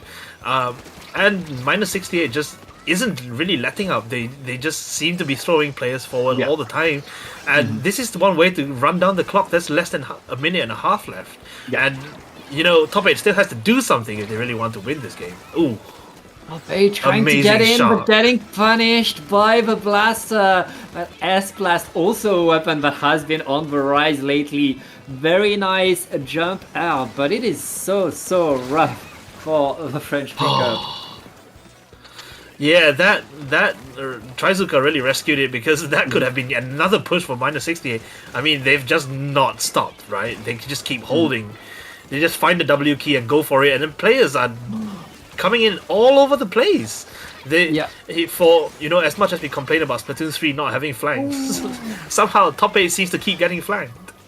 Yeah, I mean, that's the power of the speed that minus 68 has. They're constantly moving in, and there isn't much penalty, especially with that super clam here. That's just a few more clams. And that's incredible KO by minus 68. A dominant showing from them. It's not often you see knockouts, I think, in Clam Blitz in particular. But here we go, a rare one. Very, very well deserved too. It looked really one-sided for most of this, actually, I have to say. So up to top 8 to to really gather their resources and get their nerves in check. Yeah, I mean, top 8 managed to beat their seed to get onto there. But right now they're facing a minus 68 team that's really dangerous. That's really doing a lot, and yeah, that's putting them in a rough spot, forcing them to rethink things right now. Because I mean, top 8 are great players, but right now, despite having a carbon and a splash, it feels like they are going too slow compared to the 52 gal and the Viper that minus 68 have. Yeah, it's quite interesting. Just like the way Vipers move, you know how they just seem to have so much walk speed all the time? That's just what they're relying on, because the 52 can put down a wall, and then the Viper can go in from the other angle. And what do you do against something like that? If you move away from the Viper, you're gonna get 2-shot by the 52, and if you move away from the 52, you're gonna get crit. So, well, let's see what they have. I do like the picks. I do like the splash pick. We haven't seen it in a while, and it clearly, of course, is no longer as dominant as it used to be. But in the right hands, you know, on Marco Mart, the agility is going to be really useful. Let's see what they can come up with. Yeah, Marco Mart is a very good map if you have a bucket and a carbon roller. So really good opportunity for top 8 to come back into this game. Now let's see how these teams are doing. No change in terms of composition, and top 8 opening pretty strongly, but it's already a few trades, and it's already the 52. That gal is going so fast. My goodness, that girl. Do we know that the girl isn't playing opening gambit? They look like they play like they have opening gambit. They have no fear whatsoever, just going in and getting picks. My goodness. Just the speed at which these players move, and how and you can see that they move together, even though I think this is a pickup.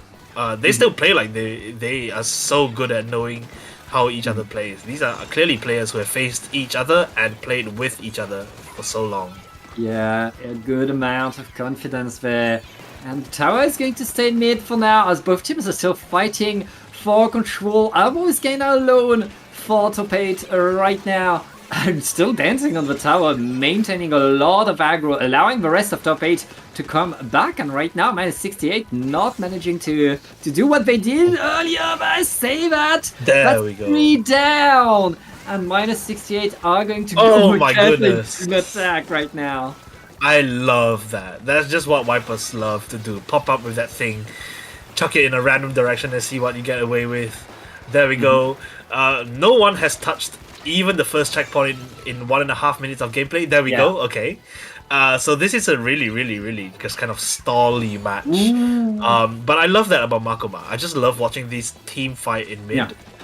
And the better a team fight, the more even the team fight, the more entertaining it is for the rest of us. Yeah, I mean, the map is so small, it takes a lot, because the other team respawns so fast, you really have to force your way through, to force your way forward, and right now, the lead is taken by top 8, but they're not able to get the checkpoint yet. Yes, they are back on There it we are. with still the point. That's going to be a first checkpoint 2 minutes into the game, Dory. Yeah, it is genuinely so entertaining. I do think of Makoma as kind of like Fight Club. Like, you know, we call the bottom of Sturgeon there, but this is the whole map is Fight Club. Like the mid is just where you go absolutely crazy and hope you win. And people are still going down, you know, 3v2s all the time. I don't think I've seen both teams have all players out fighting in mid in a while. They're just all getting picks here and there and trying to catch each other out by surprise. And no one has touched the tower in half a minute.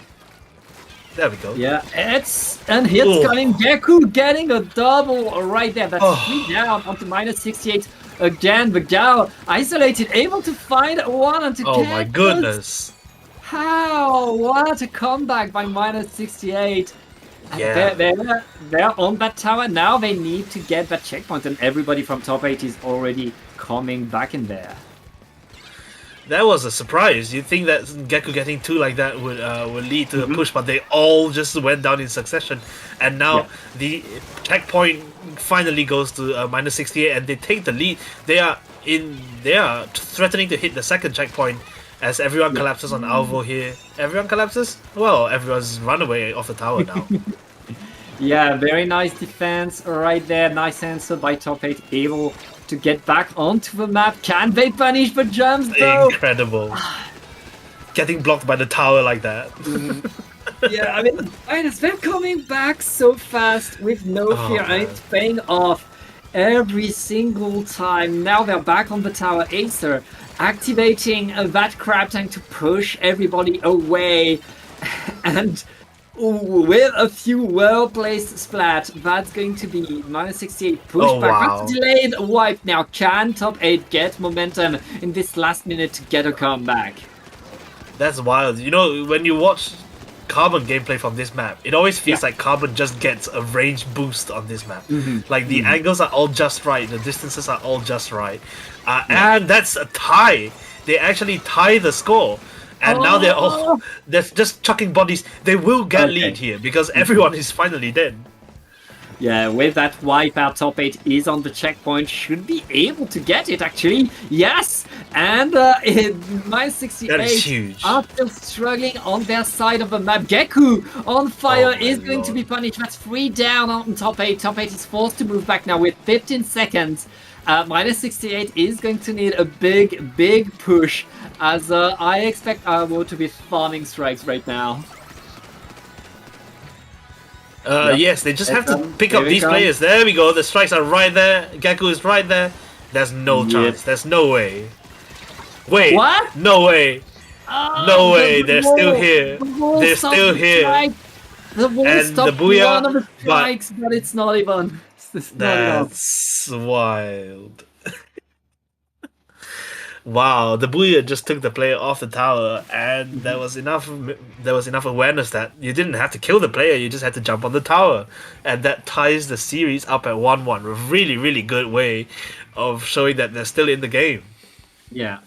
Very nice answer on the side of top 8. They really recognized the speed that was played by the opponent, and they adapted. They got in the game, and they struggled to get there, but they managed did. to win their fights, win the pushes, and get the control. Wow, that was a honestly, I don't think I would have called it until like the last minute or so when they finally got that wipeout, and that was all they needed. That's just Splatoon, right? Like you shouldn't go down because it then actually takes you really long to get back to mid, and that makes all the difference in a game as tightly contested as this one. But oh my goodness, amazing match from both sides. -68 will be disappointed to have lost that one, but you know they show that they can win games in dominant fashion, and on Hagglefish, a map that everyone knows very well.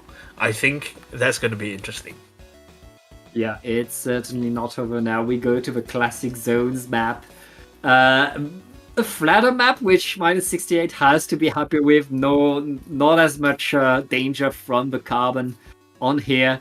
So we'll see how these two teams can adapt. Now, one thing is for sure, whatever these two teams do, they're going to do it incredibly fast.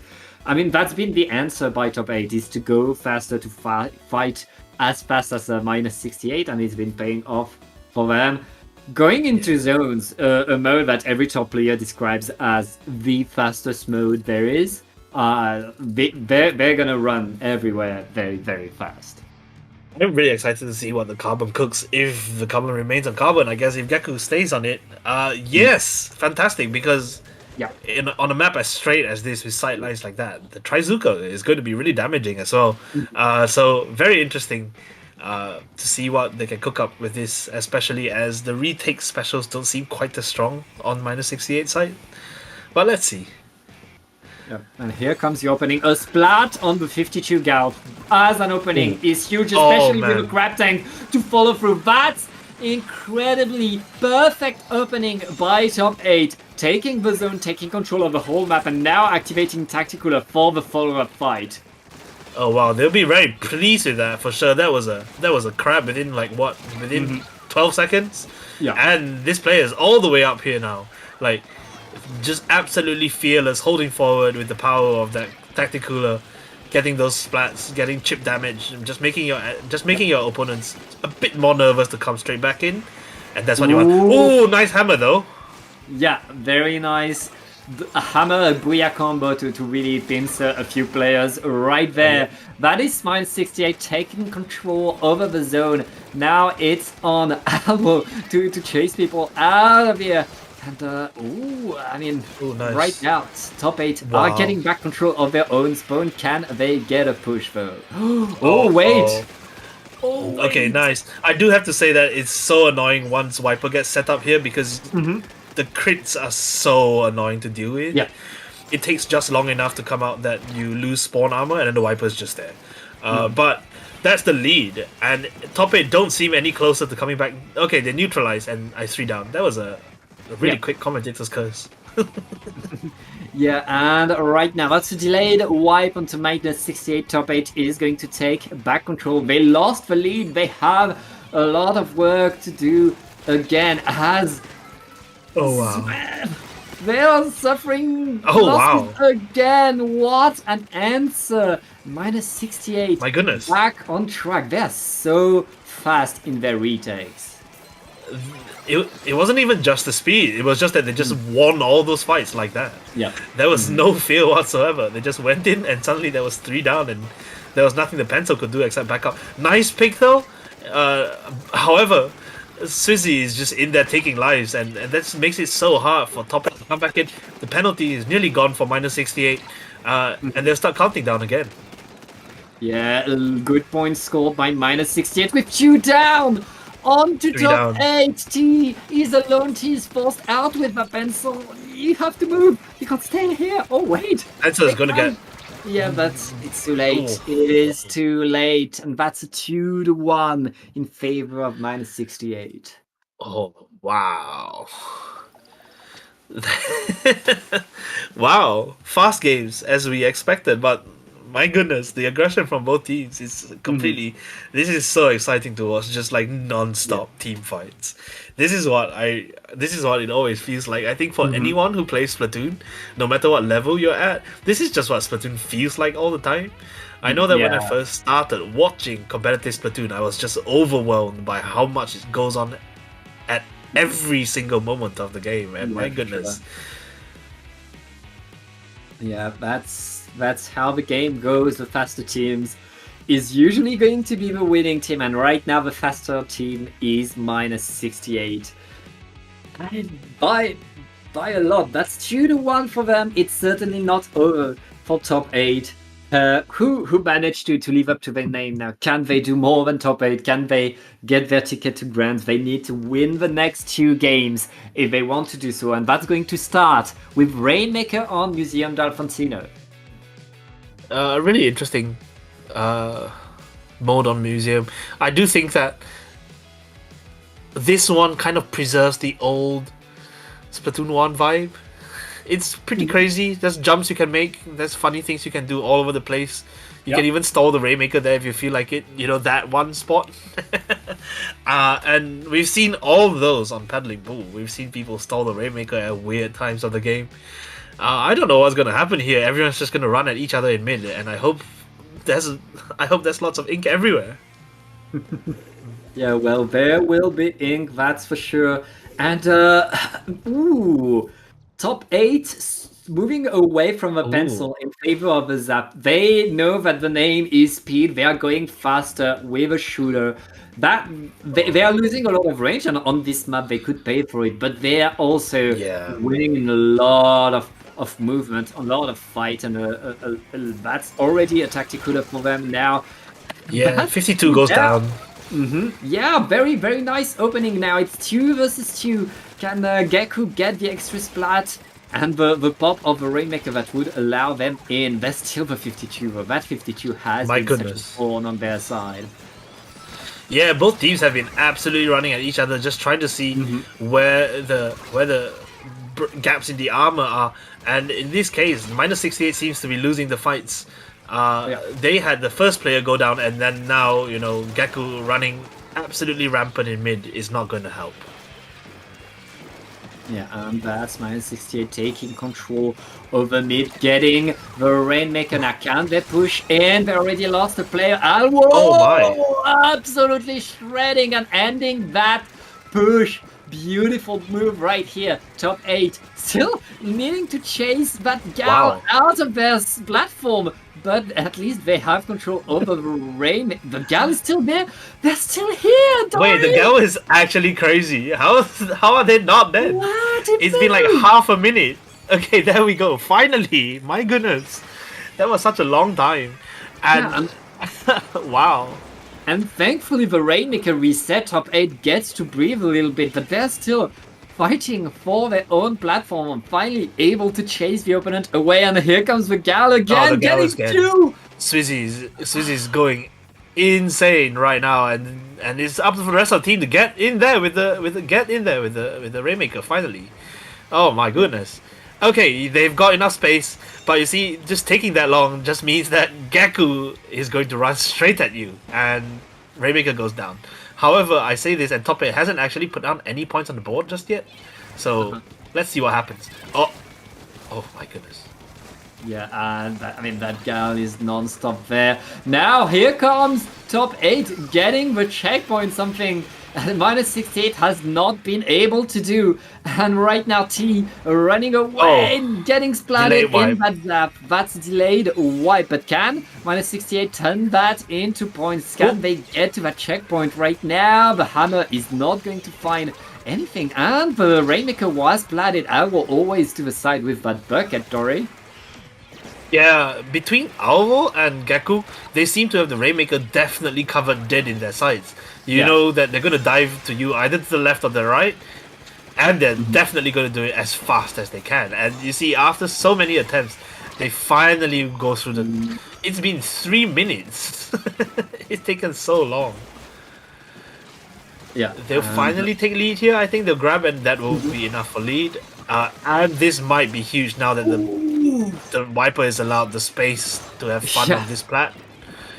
Yeah, that is very nice, but Rainmaker is going to be defended by Top 8 with 2 players down. Top 8 able to retake control. Is the Rainmaker inside the speeder? I didn't know that was possible. Oh yeah, it looks like it. I've never seen that. That's wild. 52 anyway. 52 points is no means a lead, right? Like, this is not safe at all. They just have to pop it, go straight over the bridge, and they'll have the lead. And right now they have the players to do it too, because Geku is having the time of their life right here.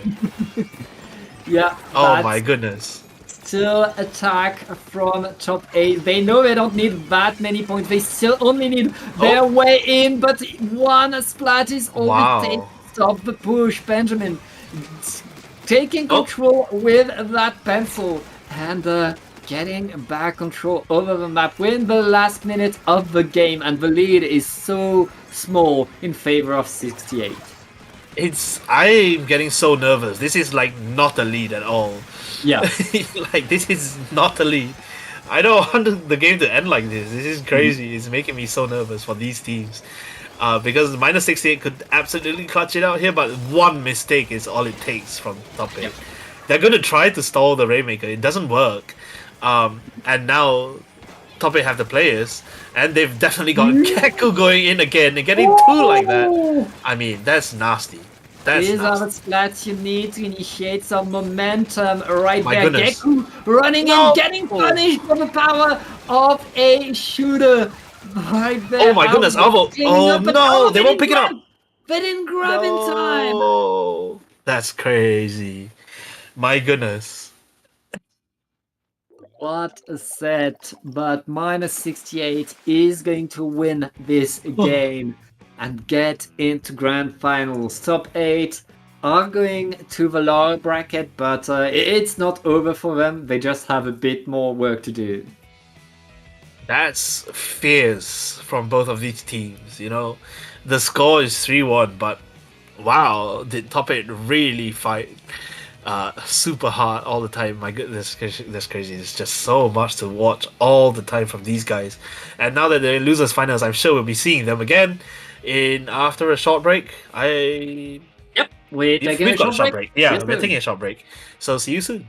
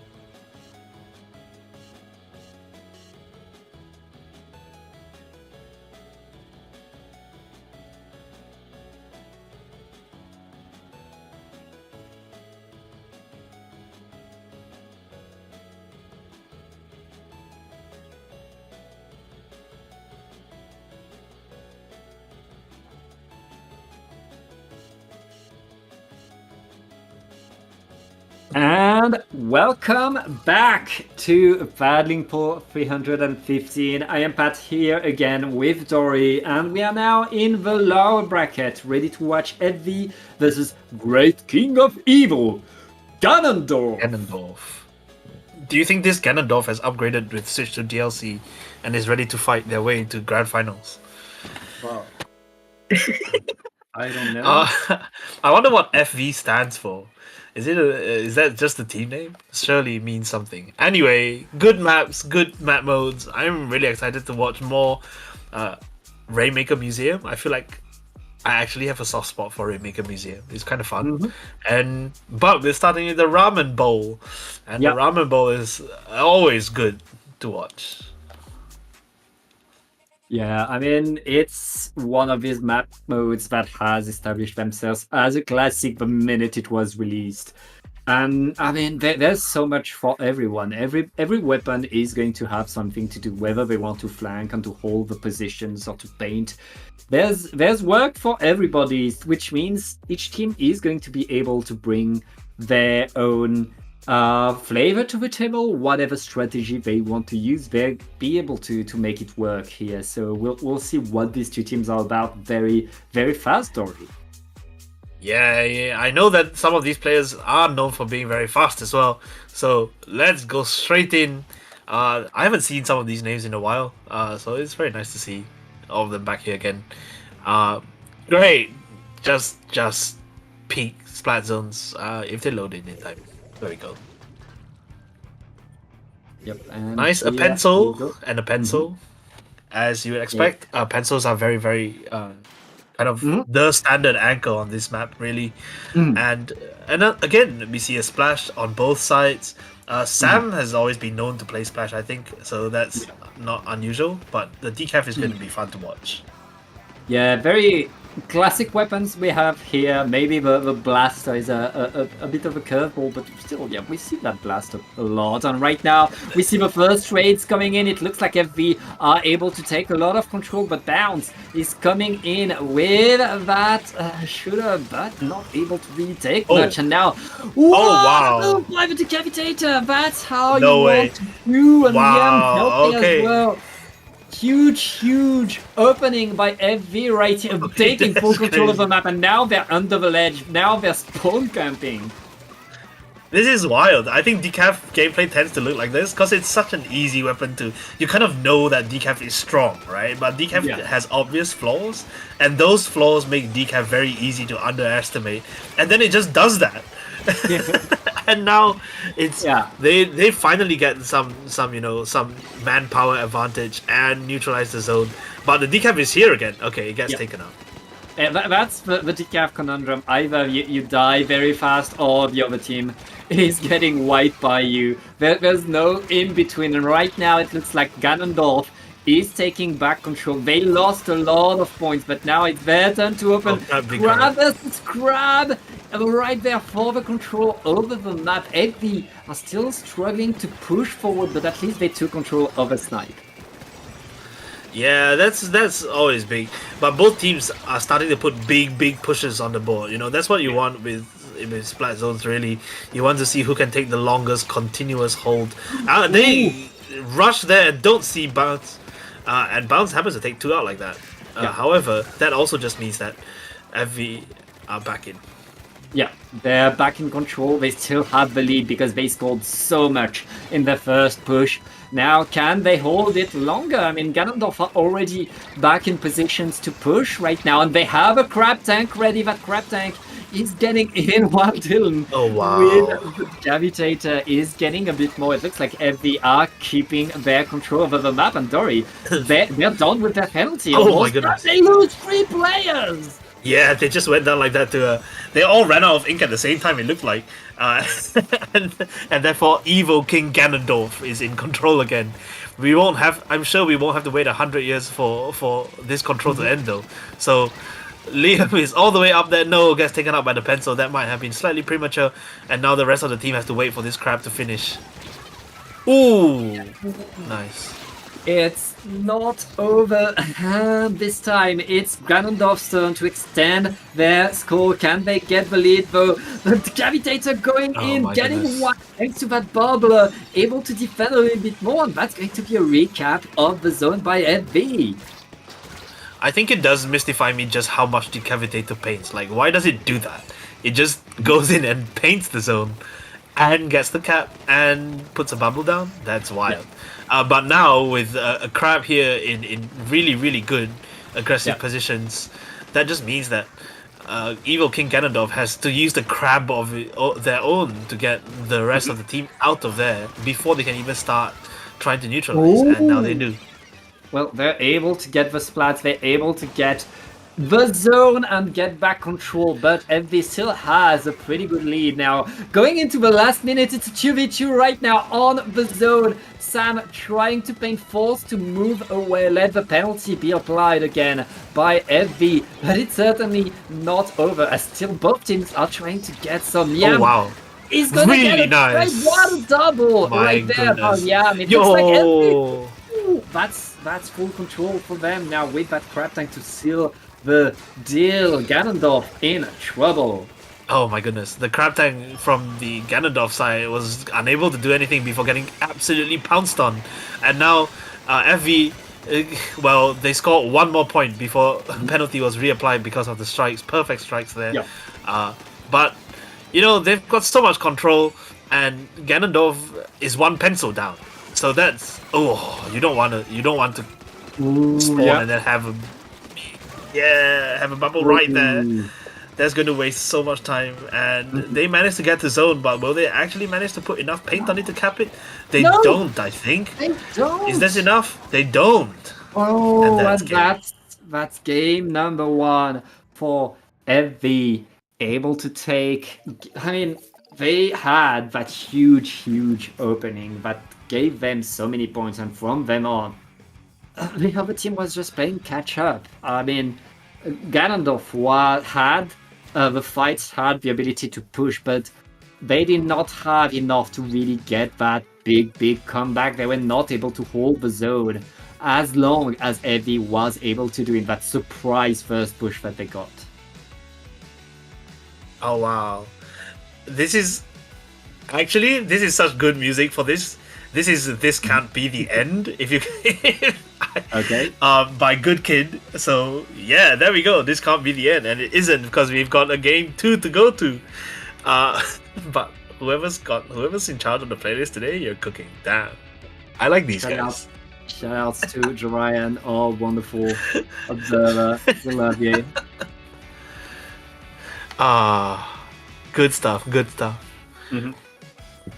All right, but it's not over. I feel like if Ganondorf, around the end of the game, they were more able to match what FV was doing. It was just that FV had built up an extra lead, had built up more control over the zone, over the map, but Ganondorf was not able to come back. Now, in Rainmaker, all it takes is one push, which means Ganondorf has a lot of opportunity to come back in. That being said, they need to do it because it's lower bracket, it's a best of 3, Dory.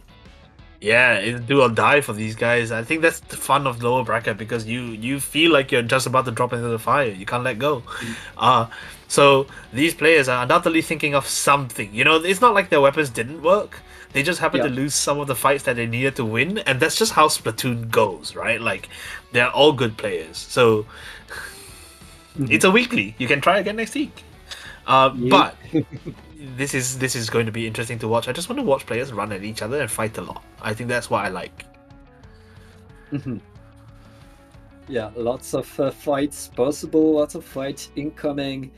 Now, we saw FV having that pushing power between the Blaster and the Decapitator. They were running forward a lot, and it was paying off. Yeah.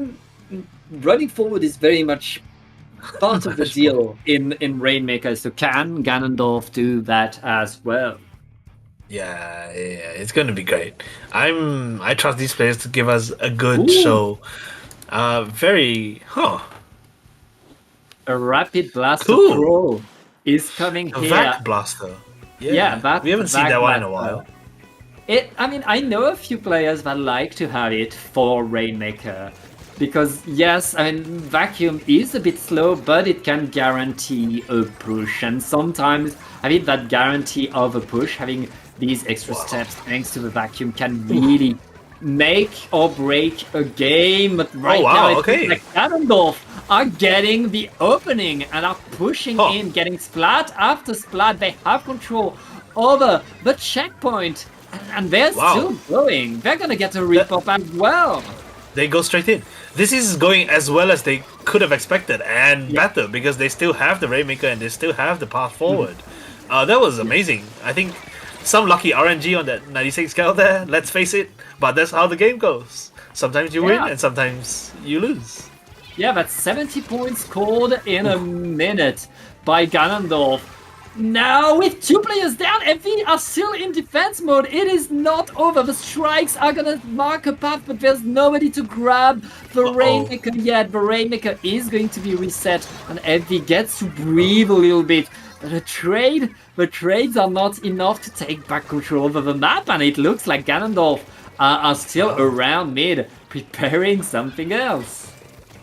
Yeah, the staying power of this 96, just that there's that immense range, and you know, because it's so RNG, you once you get hit once, you have to back out of there. You don't know what's gonna happen if you don't.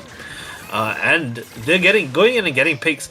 Amazing awareness to dodge that. I do like that the hitbox has been fixed from Splatoon 2. It used to be a cylinder straight up, and now it's only a hemisphere, which is much fairer, I think.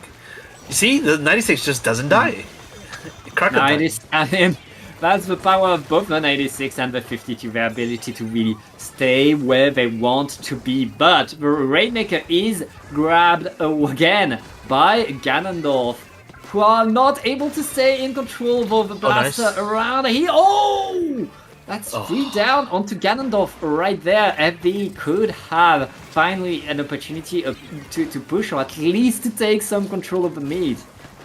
Yeah, Bounce is a bit stuck here, and that decav with the bubble is going to buy enough time and space. Really, really good positioning from everyone involved. But I think it's only Liam now. It's only Liam. Just 1v3 as they all respawn slowly. You know you can't jump into a situation like that. So you have to be super careful. It's up to them to slowly work it up. Yeah, and right now it's 2 down on FV again. Ganondorf lost the checkpoint, but are still in the lead and back in control of the pace of the game. There's 2 minutes left, and Kiki is looking to find some things. Really nice Kraken cancel. It could have been so bad for them. Yeah, incredible. Very nice gameplay. And we're still in fights for mid right there. That crab tank in the middle of the map is stopped by the pop of the Rainmaker. We have very cheeky gameplay there for the Rainmaker pop. Both of these teams are back to the fight, and with 2 players down, FV are still grabbing the Rainmaker and trying to push, but with a Kraken, it's going to be very rough. Yeah. Getting caught between a crack. Oh! Whoa! Ooh. Amazing movement there to dodge that Kraken. Wow. But 3 players go down. That's just how it is. I do feel like they find themselves up against the wall. Literal wall in this case. The literal splash wall. They don't quite know what to do against it. It is the 96 that is keeping this whole team pinned back. Yeah. And they have to find an answer soon because they've got less than a minute to do it. Ouch. Yeah, we see a bit more trades, but it looks like Ganondorf are losing 1 extra player each team fight, which in the end, it could cost them a lot. There's 40 seconds left in the game. Liam getting 1 splat, saving themselves thanks to the splashdown, and Kiki falling through with the other blaster. And right now, the Rainmaker is grabbed again. Can FV push through? They have the vacuum to protect it. Kugi's Gasaki. They're dodging. They're not getting the lead by 1 point of power. The Kraken, the Kraken. Kraken, the one thing that doesn't have to care. about Yeah. the VAC, and it was just kept in time. They have one more chance to do this, but Yeah. as you can see, all the green ink is flying towards them from every angle right now. Liam, not Liam, the blaster extends just a little too much, I think, and it just gives everyone a little bit more time to respawn, which is not great. There we go, Ooh, yeah. and that's it. That's Yeah. heartbreaking. Yeah, that's the crab tank to seal the deal. Very nice crab by Sam. Right there. That is a 1-1 between these two teams. Which means, Dory, we get to see a tiebreaker. That's going to be Tiebreaker. Power Control on Inkblot Art Academy. Nice. Honestly, I don't mind Game 3 at all. More Splatoon is always good, and that's what we do on Wednesday evenings. But wow, hard-fought game from both of them, I think. And now, I think what each team has done is they found like one weakness on each side, right? And it's up to whoever gets to exploit their weakness first. In the second game, we saw it was the 96 just absolutely going in because they didn't have quite the range to deal with it. And, you know, you can make the little changes all you want. And I hope, you know, now that, I mean, we're not going to see another VAC blaster, right? Yeah. Like that much is clear. So what are these teams going to come up with? I mean, whatever they come up with, there's going to be movement. There's going to be two teams that try to go fast up to that top left to take control, to allow the team to push forward even more. And I hope we see the blaster coming back because it's tower control. Yeah, the blasters were fun. Blasters are always fun on this one. Yeah. You never know which angle they're going to poke out from and pick off two of the players randomly. So this is why this map is such a leveler, because everything kind of works. Like, I don't think there are any weapons that are genuinely awful on this map. You could make anything work here. Yeah, there's a lot of different things that can work for sure. I mean, it's why Inkblot has become the tower control map. We, the tournament, decided to put it at as the tiebreaker for As the- tower control yeah. for a reason. It's because it's a map that worked for anything. It's a tried and tested good tower control map. And we go straight in the tiebreakers. And I mean, I'm just excited to watch these players run at each other. I want to see a nice fight in the middle. It's always genuinely fun when the team fight lasts a long time, like it did in some of the previous sets. Nice, no rail changes, a double splash, double pencil, as you see from this game one here, and off we go. Yeah, and here we are back to the same. And yeah, let's see. Oh, the Decapitator is already down. That is pretty good for Ganondorf. With the Tactical now, they'll be able to push in, and no fear. Oh my goodness. Front bound, going in, bouncing around, getting the splat. Huge moves right Oh there. my And goodness. Ganondorf is getting more and more splats, Okay. pushing the tower Wow. to the first checkpoint, Dory. This is amazing to watch because you know that Ganondorf were prepared for those for that decaf just trying to poke. Yeah. The decaf poked once and died, and then tried Yeah. to drop on Sam and instantly died too. So it looks like they've got that one sorted out. But right now it's FV's turn to get on the tower, and they know that there's someone here. They know. Heavy were able to defend the checkpoint, the first checkpoint from Ganondorf, which was crazy given the momentum that Ganondorf was able to build up.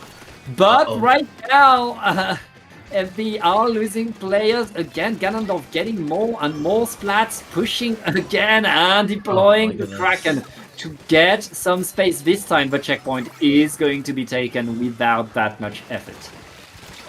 I feel like it's becoming more and more obvious that FV don't really have an answer to the Kraken. They have to try to kill it as soon as they can. Yeah. Every time they have it, but once the Kraken comes out, the team just suddenly becomes disorganized. They only have, you know, it's not a big lead at all. It's only one checkpoint at this moment, but that just seems to be the edge that Ganondorf, great king of evil, has, Yeah. and the Kraken is the evil in this case. I mean, it's FV's turn to be on the first checkpoint, and they're gonna get through it, but they don't have anybody past that to really establish themselves ahead, and they lost their crab tank right now, but with 2 splats, maybe they have 2v2. their way in. The Decapitator is going onto the platform with the help of Oh my god, Silver amazing. Watson to establish some space and be able to push the tower there, but not able to keep it. You really need to get on that top platform, Dory. Yeah, they don't have enough people to kind of fight upwards into that the staying power. You know the 96 can just put a wall there, and it's so hard to fight uphill into a wall with a Gal on the other side of it. Like they are pushing here though. I think in a moment of weakness, Ganondorf take their eyes off the tower, and that's just enough for them to put someone there. A splashdown jump, and they actually are the first team to crack the second checkpoint. That's really unexpected. Yeah, they got so in right now. They're at 34, still with the numbers advantage. Liam trying to get in with Oh that my blast, goodness. attacking and getting the splat on the pencil. That is Very huge nice. for Evie right now. Getting more and more. They still have the numbers for themselves, Yeah, and major. they're pushing that forward. That tower even further with the crab tank above it. That is huge control. Yeah, major play from Liam right there. Liam still actually holding on to that splashdown, just to see whether they'll go down with it. But you know that was an amazing sequence of play, and that's nearly third checkpoint. They actually touch and get a few points on it as well. So this is a very big task for Great King of Evil Ganondorf to overcome now. Yeah, it is. I mean, Evie are still in there.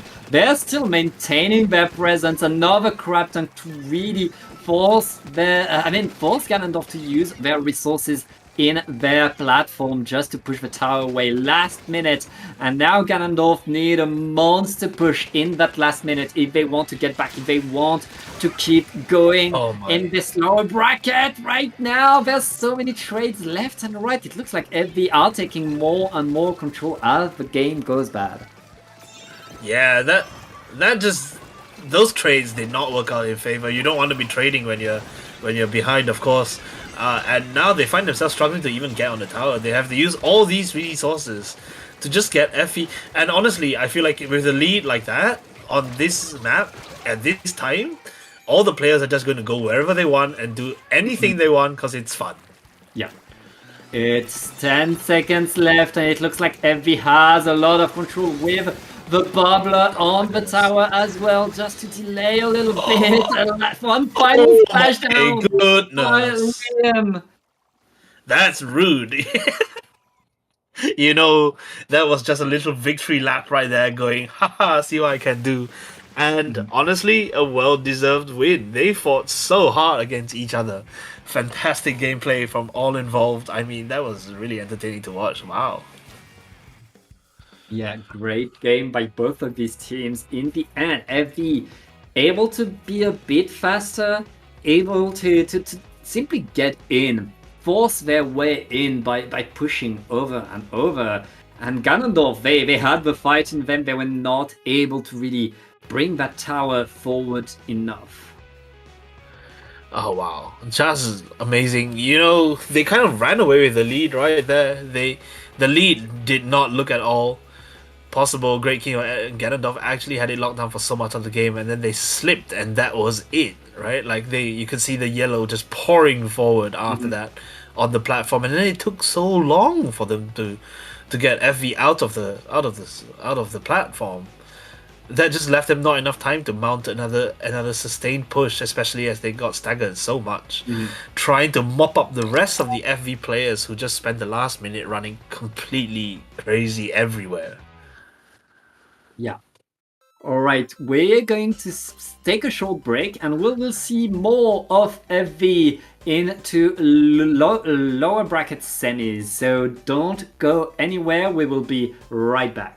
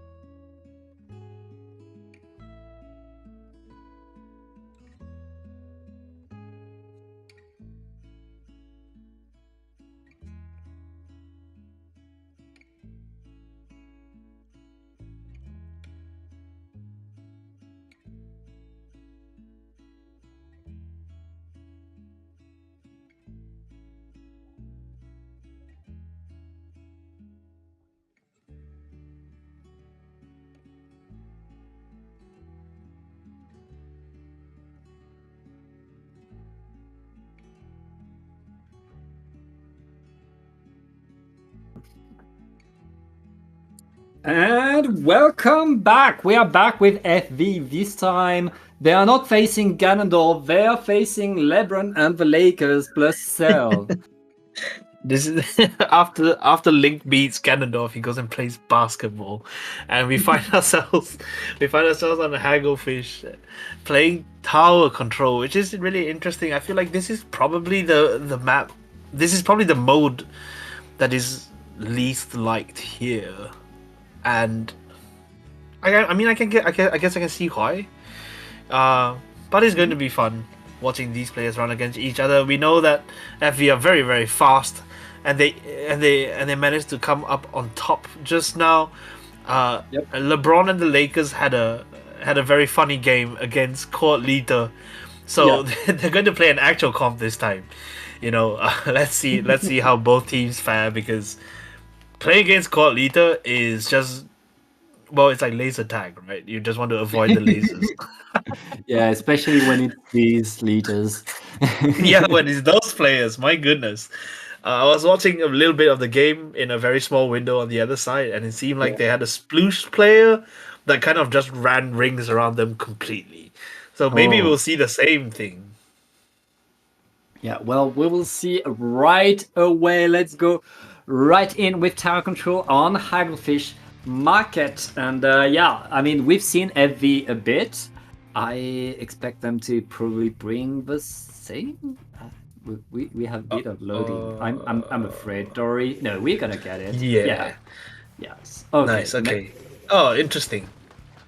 I know Mocha as a Viper player, but it's very interesting to see all these, especially on from Viper to see Blaster. That's going to be fun to watch. Early skirmishes in mid. People aren't really taking the side channels, which is quite interesting to see. Everyone's just fighting straight through the center. And now that LeBron and the Lakers have dedicated two to the side, they actually get punished by the waiting pencil, and it will be FV making the first push. Yep. FV standing where they want to stand and my doing goodness. the good job right now. Incredible. I mean, that's a perfect bubble placement. That was perfect. I think FV is going to get the first checkpoint for free thanks to that opening attack. And now it's on LeBron to really find the answer, find a way in, as FV is pushing forward, getting punished in there. But there's another bubbler on the tower. Can they get second checkpoint? No, LeBron don't. able to stop them. Yeah. I'll save my basketball jokes for later, but I have one in my pocket, but it depends on whether they win or lose. Okay. But as you'd expect, second checkpoint is always much easier to defend than the first one, and they did actually all make it back in time to do it. So it is nasty. Trizuka right here, and the Zipcaster is going to be an interesting one. Zipcaster actually takes out a decaf as well it should, and this should be an easy first checkpoint. I think no one seems to be close at all. Yeah, I mean, LeBron really answering the call of FB, maintaining their control throughout the checkpoint, but they lost two players as FB is pushing in. FB a bit too eager to get on the tower, but it's still working. They actually just dove on the tower. They did it like an opens game, and it worked. So both teams, neither team able to get past second checkpoint yet. Yeah. That will be a very, very commanding defense from FB. Moja on the blaster just all the way up here as you want the blaster to be. The only one alive actually. LeBron and basketball players clean up very, very nicely there. Yeah, and another splashdown for Mocha, getting the follow-up as well. Wow. I mean, FV really are able to take that space forward and push themselves in. That's, incredible movement now. Can LeBron defend, make sure that they don't lose that second checkpoint. You don't want to lose that second checkpoint on this map. Yeah, this is always very nervous. I think when you're two players down and you're watching the enemy tower move to a second checkpoint. I think this is going to be the checkpoint indeed. Yeah. Oh, the Trizuka just comes a fraction too late, but it is a successful defense. Mocha is taken out, and I think that is the rest of FV just about respawning right now. So Stamper taking out space is what you want to see. Ready with the Yeah. zip too. LeBron able to limit the damage to 1 checkpoint, but that's Nice. a huge checkpoint to get for FV. Now LeBron needs to push even harder, even faster. They activate the Zipcast and the cooler.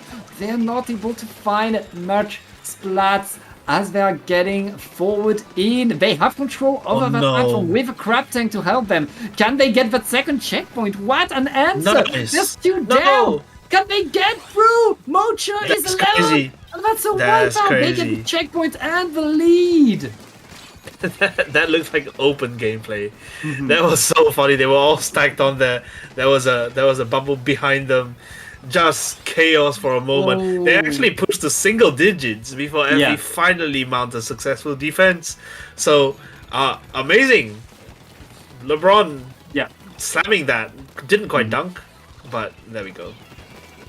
Yeah, very, very nice game right there. I mean, we know that FV can push. We've seen what they can do. They've had the lead several times. They only need to break that last checkpoint, and right now they have a big bubbler very far up ahead. They're all going in. There's only 30 seconds left in the game, Dory, but they have the tools to get in. Mocha with a huge my splashdown God. right here. That is so much space and pain for FV, who are in with 2 players down. They're on that final checkpoint. All they need is to That's break it. wild. It's just the shot. What a Amazing. game! And they take the lead. They take the lead in the nick of 2-point time. lead here, and the black. What? No way! The shot's still winning these fights up here. That's wild. Oh my goodness! Oh, Incredible move. that's Right actually there. incredible. Wow. Okay. Maybe they should have played the sploosh like they did against the leaders. Wow. Very, very determined gameplay from both sides. Because neither team looked like they were going to run away with it until they did. And then both teams ran away with it. One just ran 2 points further. Yeah. I Wow. mean, really, I mean, both of these teams have shown us incredible pushes on this map. Usually, but getting past the second checkpoint means you're going to win the game. And that was the not third. the case here. You had to go past the third checkpoint and then Yeah. some in order to Yeah, win both that game. teams. Both teams passed the third Mhm. checkpoint. That's Yeah. crazy. How often do you see that? Yeah, And it's- it wasn't even a knockout. It wasn't a knockout on both sides. Yeah. It wasn't a knockout because both teams were able to come back, were able to steal a fight, which makes this push even more impressive to me. And speaking of big push going fast, we're going to go back to Rainmaker on Museum d'Alfonsino, Dory. Oh yeah, we've seen this on a few times now. It's always fun. I think what makes it more interesting to watch this time is I'm a big fan of watching Zipcaster players just absolutely tear through the air on this one. Just amazing. Yeah. I really want to keep an eye on Zeke on that Stamper. Just amazing. Yeah, I mean, But very, very good well played Stamper from both teams. Yeah, that can do so much, and especially since we're on Rainmaker, there's only 1 checkpoint this time. If one team is able to win a good fight, they can make a lot of points incredibly fast. So we'll see how these 2 teams are able to do, but we'll see that right away, actually, because the game is starting, and remember, we're still in best of 3, which means it's match point for FV. Yeah, the match point little graphic has appeared early both times. This set and previous set. That's quite funny actually. But great, no rail changes. I guess the T-Tech to shot is kind of expected. What you want to see here, just for a little bit more flexibility. Very interesting. Wow. Okay, that's an early death from Effie. And LeBron and the Lakers are out here taking boys. Oh my goodness! What more could you want? The jump in is going to get punished like this. Maybe not. Maybe. Well, maybe it is right now. LeBron And grabbing the Rainmaker, getting to the checkpoint. Huge opening, 30 seconds for Wow. LeBron and the Lakers plus Cell. But can they pull? Oh my lord. Yes, they re-grab and they put Huge. 4 points in. Kiki Wow. punishing right there, but My I goodness. mean LeBron opening as they want to open, able to get the points. This time they're still picking 4 They're points. still pushing. That player dropped because they thought they were safe, but they're still Yeah. pushing. The crowd made it possible. Oh my god. A push to 13 with less than a minute on this And map? there's That's still crazy. Someone, there's still someone sharking on that Still someone- platform. They're Oh, still guess fighting in what? here. Yeah. They really tried. That's so cute. I'm actually such a fan of that name. Any Azumanga Daioh. Oh, wow. There we go. Absolute chaos has reigned for the past 80 seconds, and LeBron and the Lakers have popped and are ready to go again. Yeah, and that's FV now still defending their own platform. LeBron really taking control of that whole game, of that platform. You can't drop right there. It is so hard. There is so much purple paint, Tori. Oh wow. Yeah, genuinely, they just FV find themselves pinned back so far. LeBron with that crab again. That crab was what allowed that push to go on for far too long. And now they're slowly trying to get back mid control, and they have, but there are also 2 players down. Yeah, it's they get some momentum, they get some presence, and instantly LeBron is punishing them, getting back in control of the whole map. And look, they're just painting around. We're halfway through the game, and LeBron is playing it slow now that they know that they have such a good lead. Yeah, they're playing turf war at this point, and honestly, I don't want to jinx it, but if they do play this perfectly, this is all they need to do for the rest of the game. However, Splatoon is one of those games that is fast-paced and attacker. Well, there we go. Attacker biased Ooh. enough that you Yeah. can actually just do this. Oh, the Rainmaker carrier misses the jump though, so that will be precious seconds wasted. They Yeah. do get the checkpoint, but that also means that all of LeBron are back in position and ready to defend. Yeah, and right now 2 minutes left Oh, in nice. the game. If they were able to break that checkpoint, which is very important, but they're losing player after player Oh, right wow. now. LeBron cleaning up their side of the map.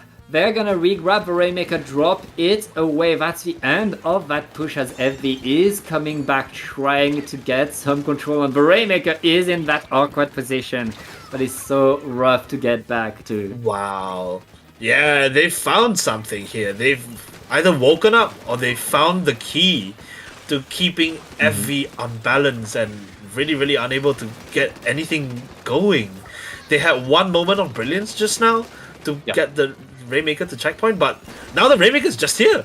Like, they've Yeah. managed to stall it there. And they can just Yeah. keep stalling it there forever if they wish. Yeah. You need to go on a wall that's facing the side of LeBron and then to get a squid surge from there, which is pretty awkward. But the Rainmaker They've is now reset now? reset, and FB has taken a lot of space as they were waiting for that Rainmaker to reset. They're on the platform now, preparing a very, very nice push with a Tacticooler. Can they get This in? is going to though? be painful. Ooh. Yeah. Oh my god. Okay, this could be dangerous. Really Yeah. nice. Really nice. Trizuka comes out, but the points are getting there. The points are ticking down, and with okay, that did enough. Oh my goodness. Defending from down here with Yeah. a shot. Wow. Great moves from the shot right there with less than 20 seconds left. They're trying to put the LeBron. Rainmaker there again. Yeah, I mean, why not? It's a good spot to put it. It's a good spot to delay it. And right So now, good. FV are going to get a final grab at the Rainmaker. A final No way. attempt, baby! Nearly, Okay, they're nearly. still alive. They're still in there. We have overtime, but it's going to be pretty rough to go to 13 without losing the Rainmaker once. Yeah, they have shot. The shot has Trizuka ready too, and you know it's gonna be popped as soon as they have a single line of sight. Oh, And- oh! There we go. That was enough. Very, very well played from Yeah. the Lakers. Wow. Indeed, and that means, Dory, we get to see another tiebreaker, another game 3 between these two teams. This time, it's on Clam Blitz, which means it's going to be Scorch Gorge. This is a fun one. This is definitely a fun one. This is where they beat Court Leader just now. Oh man, Was it? that was so funny because I had that in the corner of my eye, and I know that the players were just like, "Yeah, Yep. okay, we can't do anything against this." It's gonna be very interesting. I do want to watch them. These players have shown that they can. They turn on a dime. They really turn on a dime. They find one single advantage and they hold forward all the way here. Like on this replay, Liam on that Mocha on that blaster, just amazing to watch. And it wasn't enough. But let's see what both teams can cook up here, because this is such a, I don't know, when you're defending here, you don't have very much space to defend with. Mm-hmm. And that's going to be the difference, I think. Yeah, probably. I mean, going into Clam Blitz, both of these teams have shown the ability to push, to get in, to get a lot of control. On that second game, it felt like LeBron there a bit more at their ease, but I mean, given what we saw on Hagglefish, I expect these two teams to give us a show, at least to show us what can be done, how to play the video game. And I mean, Coach Clam Blitz, very much a classic, so we'll see how these two teams play. I want to watch them bully each other. I want to see what they can do. Like, they definitely are the kind of team that can just get in and not give you space, not give you breathing time. I mean, we saw how effectively LeBron and the Lakers plus Cell could choke out FV's aggression just now, and I really want to see that on this map. This is the place to do that. Yep, let's get right in there. It's the tiebreaker. Whoever wins this game is going to go on to the losers finals and face a top 8 for the spot into Grands. So now let's see how these two teams do. Not much of a surprise in terms of the comp. It's going to be decided by the players. Yeah. Again, it's a map where things like Zipcaster function super well. The crab out here, that's really soon, but then also, you get... Blaster definitely overextended there for sure. Crab gets 2 like this, and this is, again, a fantastic opening for LeBron and the Lakers. Slightly overheated from the shot from the splash player there, but it did enough to open. And this could get really bad if the players feed in slowly enough. There is more and more clams. They still have clams. Right now, this is looking like a slam dunk for LeBron going into the game. But here comes the answer by Evie, able to take back control now. More than 50 points were scored by LeBron as Evie are getting a nice flat right there on the jump away. They're gonna get control of the mid. Now, can they get the clams? Can they get momentum? They already have a bubbler in a nice position, but that bubbler is punished. Yeah. Sword versus sword fights are quite something to watch, because each pair of Splatana versus Splatana, kind of like close range fights, is so funny. And when you get the 2 slower ones fighting together, you never know who's actually going to hit who. There we go. A nice push from FV though, double 2 whole power clams. Tiki Taka will manage to trade that out, and I don't think FV are going to be able to get close enough to take the lead here. So that is both teams scoring more than 40 points in their opening, which is what you want. But, plenty of time to play for. Yeah, and right now FV are maintaining their control thanks to the crab tank. There's 2 players down, 3 players down onto LeBron. Oh my and God. it's going to reopen that basket. That's going to be lead for them, and they're still very much in control. They have a big bubbler already. That's big No, bubbler. they are just bringing all the clans. Oh. Players are coming in one by one and getting away with it. This one doesn't, but oh my god, that was such a push. Wait, it's not over! It's not over! They only need 2 more No clams way. and they have them! No way, get they need them one. right before they can No. put it in! That's 1 wild. point! Wow. I wonder what the VC must be like. Just everyone yelling at each other right now. Just so Yeah. excited, and they have to keep their nerves steady for the incoming defense, or they just need 2 power clams. Yeah, that's all they need right now. Lebron, they have a lot of clams at the ready. They're not able to open the basket though. Very nice answer by FV to stop that push in its track. Ziki activating the Zipcaster, not finding much. It's 3 down onto LeBron. That's going to be FV taking Oh, wow. control of the whole map, and they're already there. Musher and Dylan Yeah, already they're under already the there. basket with the specials ready to just get another push. They want to seal the deal with a KO, Dore. Yeah, they're going to come straight back in.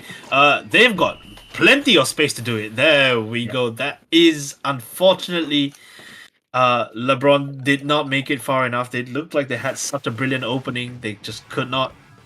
They could not make that count, and that is FV winning the set and headed to finals. Yeah, very, very nice game by FV. They were put in a difficult spot, but they were able to really come back, get that control, and win that game in a commanding fashion right there on Scorch Gorge. Yeah, it genuinely did look like LeBron and the Lakers had something to do that, but they just didn't have enough to take them over the finish line. I guess LeBron chokes games. Haha. MJ would not do that. I guess we're gonna take a short break and we'll be back with the lower bracket finals. That's going to be between FB and Top 8. Do not go anywhere.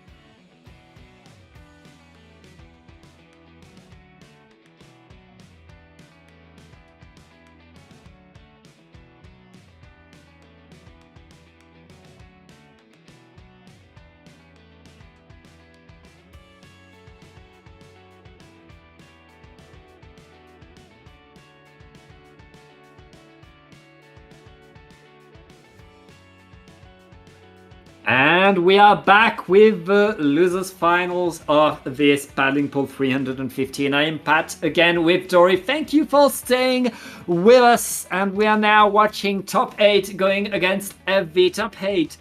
I mean, and FV, both of these teams have shown us a lot of speed, a lot of power, and now they get to face each other. They get to fight for the spot in grands.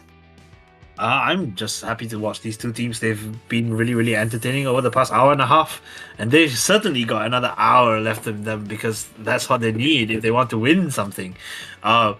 We haven't seen this map in a while though, and it's really nice that we are not seeing Rainmaker Museum this set, because I think we've seen it like 3 or 4 sets in a row. But here we go. Zones Undertow, I think. Probably the only map mode, probably the only mode that isn't really improved by the reworks. I don't know. I feel like there's a lot of movements thanks to the reworks, but yeah, that's going to be, without much surprise, a map that was chosen by top 8, given the fact that they have Geku and Alwo, a monster Carbon and a monster Slosher on their team. I mean, they're going to do very, very well right here, and FV will have to adapt their game a little bit if they want to fight them on.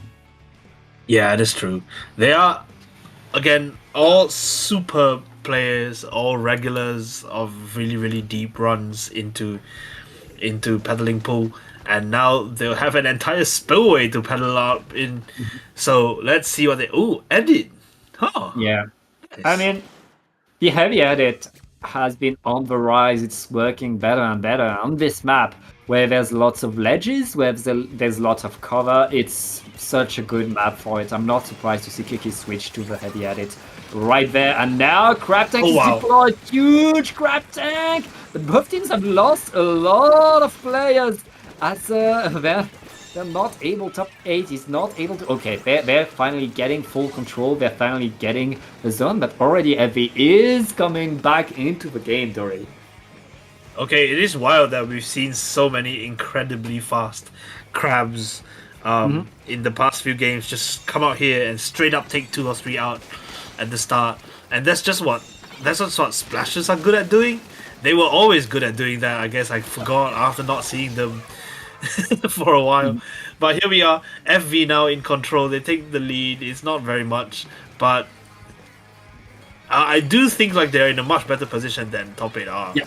So they've got much more space. They have the cooler, and the decaf is just running in like this.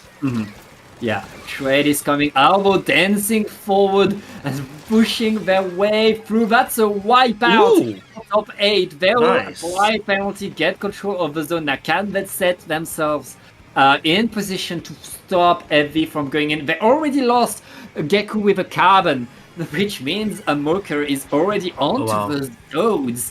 I mean, FV has that power to simply move forward and get control, Dory. Yeah, Mocha seems to be, one of those blaster players that doesn't even care about other people painting for them. Just go in and do whatever, and also actually win. And now FV, easily retake that with the crab straight put on the middle, on the middle wall. I did actually learn a very cute piece of trivia, which is that this is based on Tokyo's flood defenses. When there's a flood, all the water goes into underground spillways that look like this one. So there we go.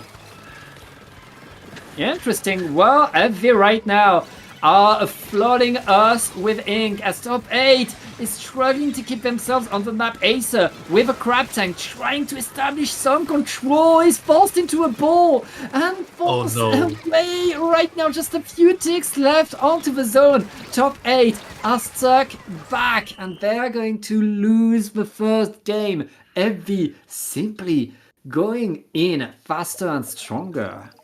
Yeah, they just went in there, and after that retake, they staggered top 8 really hard there, actually. Just catching them completely unawares sometimes, just coming from really unexpected angles, and that just makes a difference. That's all you do. That's all you need to do. Yeah, that's huge, especially since that was top 8's pick, a very, very good map for top 8. Great opening of this set for Evie, but it is not over, Dory. We are in a best of 5. There's a little bit of room for top 8 to learn how to fight this Evie team. They need to adapt fast if they want to get back into this game now. Now we go on to Clan Blitz, this time on Crableg Capital. Yeah, this is going to be an interesting one. I haven't seen this map in a while as well, and honestly, Crab just getting set up in middle, I shudder to think what they're going to do against that, because the Crab has such good line of sight over everything. Crab was dominant here for an unbearably long period of time at early Splatoon 3, and I guess we're going to see that happen again. This is prime territory. Crab and Edit, I think both of them are going to have fun times on the grades. So it's up to both teams to see which player, actually, which of their players gets to have the free reign in mid. I wouldn't be surprised to see a pencil come back on the side of Evie, because Yeah, maybe they want to go faster. Yeah, it is all just really interesting to watch. I genuinely just want to see the strategies that people come up with here.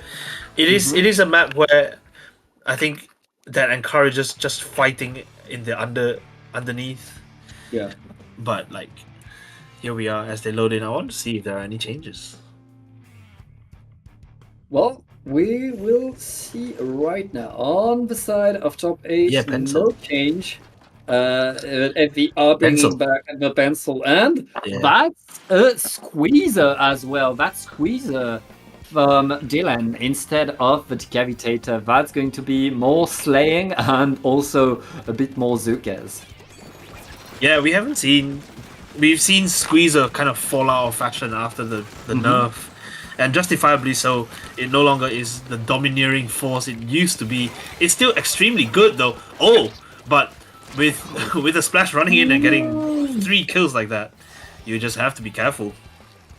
Yeah, an opening wipeout and an opening of the basket for Evie, who are keeping pedal to the metal right now, getting more and more 50 points already, as Mocher is still under that basket, getting more aggro.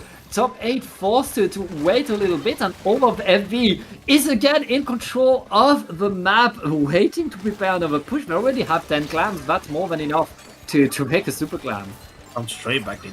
These guys are just going, and they're having the time of their life while doing that, because they get to play as fast as they want.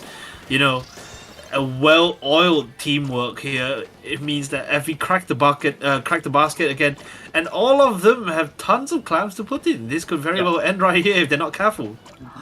I mean, it's non-stop Single attack. Just digits. 3 more clams is all Evie needs right now, and they get a wipeout. way. They have the They have the clams. clams. That's going to be game number 2. That's crazy. Wow. That might honestly be the fastest losers bracket finals I've ever seen. It's not over, Dory. Oh yeah, It sorry. is not over. Yeah, best of 5. Yes, I thought. Yes, I forgot about that. Imagine. I was just so stunned by how fast that game went. That was like a minute and a half, and that was a complete knockout.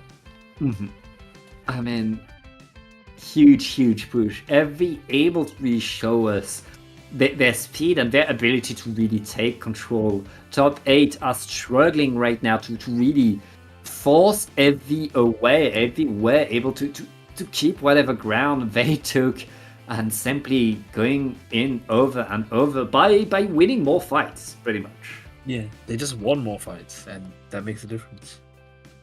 Wow. Very commanding from Evie here. They just used them, and then didn't look back. The confidence with which they jump in, the kind of like staggering of specials, all of this just perfectly paced. Yeah. Anyways, it is time for game number 3. Evie looking to get into grand finals, and they only need one more game for top 8. It's looking pretty dire. It's looking pretty rough, but they are incredibly experienced players. They've seen a lot. I'm sure they're gonna try something. They're not going to give up. And we're going on to Tower Control here on Hagglefish Market.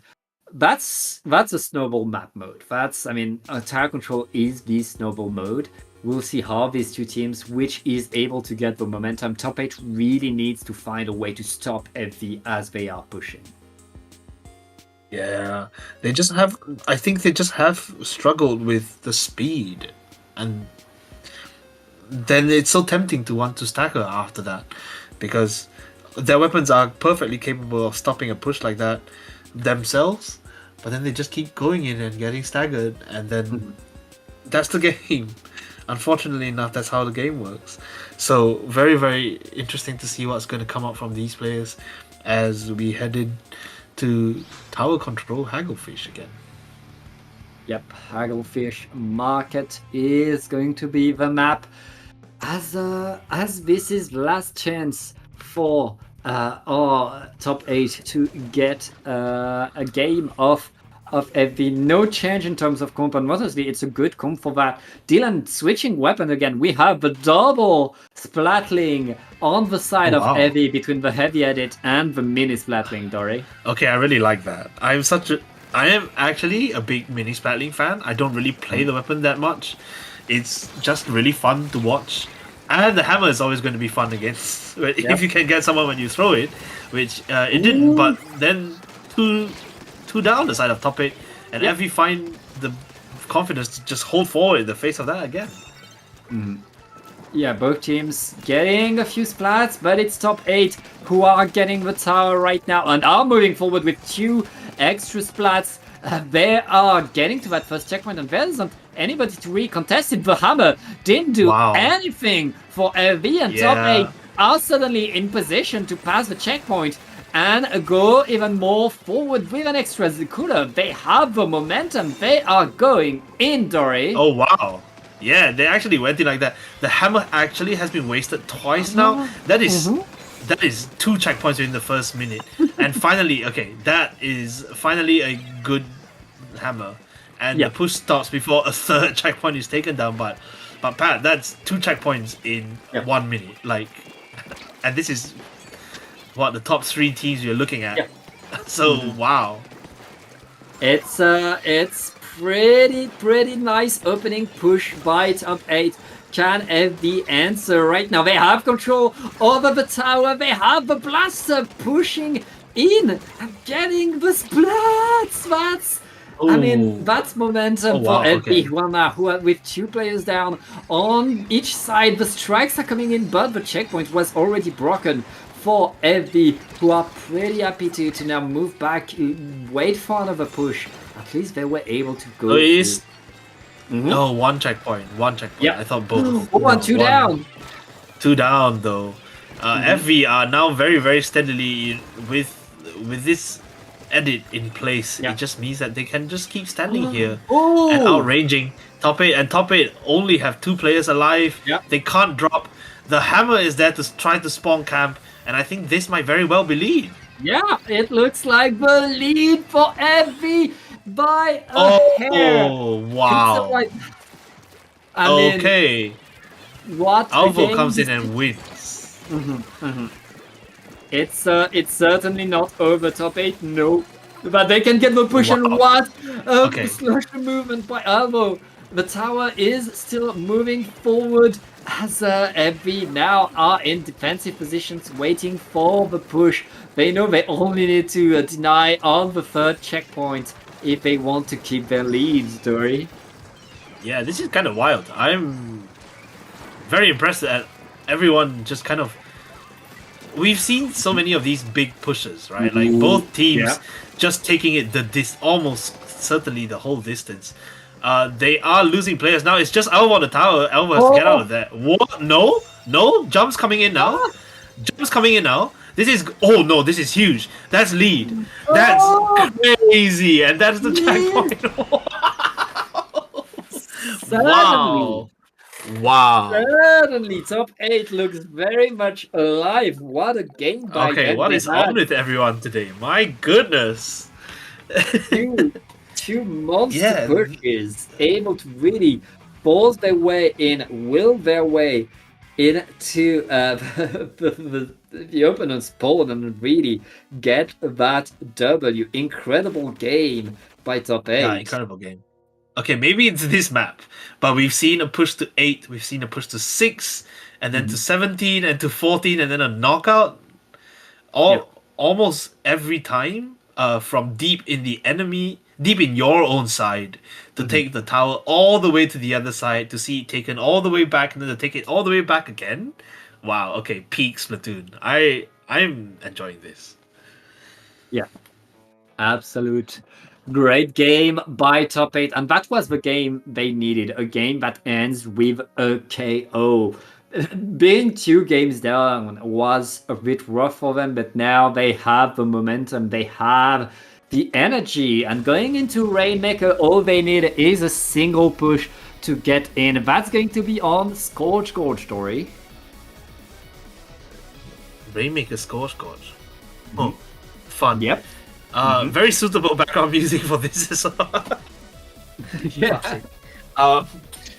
Damn. Okay, it feels like they've definitely ramped it up. They're not going to roll over now. They're going to take courage from that. Yeah. They're going to take courage from that. It's boss fight time. This is boss music time. Yeah. Yeah, we are hearing boss music and we are going into the next game pretty soon, but it's still 1 game away for FV, who are still 2-1 in this losers finals. So, I mean, top 8, they've shown that they can do it. They've shown that they have the energy, the speed, the moves to do it. Can they push forward? Can they get that Rainmaker game is the whole question, and let's get right in there. Wow. I'm excited to see what they're cooking now. A very, very fast comp on the side of top 8, and almost equally No fast backline. from the side of FV. Yeah. Yeah, no backline on the map. Just running at each other. Let's go. We're going to see a lot of fight, and it looks like, there's everybody on the side of top 8 that's already marked by the point sensor. That's going to slow them down, but they activate the crab tank. They want to take control. The team that gets control of the game right away will have a huge advantage. And that's already 1 down onto the shot, but with the cooler, everybody's going to come back very, very fast. Yeah, I will try to run straight in there. I think probably actually justified, but here we go. 2 down on the side of top 8, 3 down on the side of top 8. That's wiped. They're going to start holding forward right here. There's no time to lose. They just going for it right now. Yeah, huge first push by FD right there. Able not only to take the checkpoint, but they are in good positions to push again. They re-grab the Rainmaker and they make a few more points, but they lose 2 players in the process. That's going to be top 8. Getting back control, getting back the Rainmaker, and pushing their way back. They'll have to drop because there's a lot of players here. Oh! Wow. The Rainmaker okay. gets planted here. And they want to get back in there. Everything is happening so fast. My goodness. The edit is already back. The splashdown jump. One jumps out. One jumps in. Ooh. They're trying to make a beeline for the Rainmaker as well. But I think top 8 has finally made it safe. Yeah. I don't want to speak too early. But okay, the Rainmaker finally resets. Oh, nice. Yeah. Nice pick on that. Yeah, very nice pick. It's 3 down on FV. 3 down on FV. Oh, and that's a delayed wipe. Dylan was able to respond that here with the decapitator, but it's not enough. Top 8 grabs the checkpoint, grabs the Rainmaker, and that the lead. Oh my goodness, boss music. The Ross music is still going, but Rainmaker's boss music? That is so fast. Everyone is in here. It's but very nice defense by FV, who are able to get back onto the middle of the map with a wipeout. They will move forward back in their Moker. He's going to be punished here, but that's still a push in favor. Nice. Yeah. Wait, Gekko knew that. Oh no! What? Okay. Yeah, I think the burst bomb missed. I think the burst bomb No. missed, and right now, Alvo Oh, forced this is to move. dangerous. Oh! Alvo. Oh my god. Alvo has consistently been pulling out these plays. My goodness. Just the tightest of clutches. Yeah. Oh, and with 3 Wow. players Okay. down, Evie will not be able to get the lead. They're just 2 points behind, but that's 2 points too many. Nice defense by top 8. They get to breathe a little bit. There's only 2 minutes for them to win this game, and they have control of the Rainmaker right now. Yeah. They neither team is comfortable, right? 41 to 43. Easily overcomable, surmountable leads. Yeah. You just have to get past that little block in the middle. Ooh. And that actually top 8 wants to extend this lead now, but oh, Gecko making it count.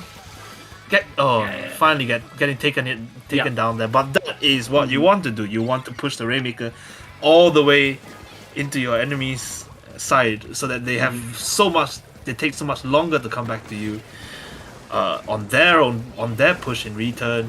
And top 8 is defending really hard right now. Gecko is marked. That is going to be huge actually for FV. Yeah, and it's more incoming right now. Acer able to What? Finally. get that onto the Rainmaker with less than a minute left and numbers advantage for top 8. Top 8 are in the lead still and fighting for the repop. Oh wait, FV able to get the repop. Can FV push in Alvo? No, that's crazy. Getting a huge trade right here. That I am trade- so nervous for these guys. I think it is actually the point sensor that's going to make the difference. The point sensor is going to really, really limit top 8's ability to defend. If they don't do it perfectly, then really nice. They've only got 20 seconds left. There's only one. There's a quick pop, and they're ready to drop on the Rainmaker, but that is missed. And that is fatal right there. That's fatal. And they get the wipeout as well. They're They not get even the pushing wipeout forward on top because they of it. stay under the bubbler to win this Oh game. my god. What a last No, second wait, comeback. no, the instant DC. Yeah. No. That's so sad. They genuinely came so close. Touching distance was all they needed. And I think the splash just dropped early there. Yeah. That is 3-1 for FV. Top 8 fought hard till the very last second, but it was so close, but it was not enough. FV is going to be into grand finals where they will face the opponents that put them here. That is going to be -68. Wait, is it -68 that put them here?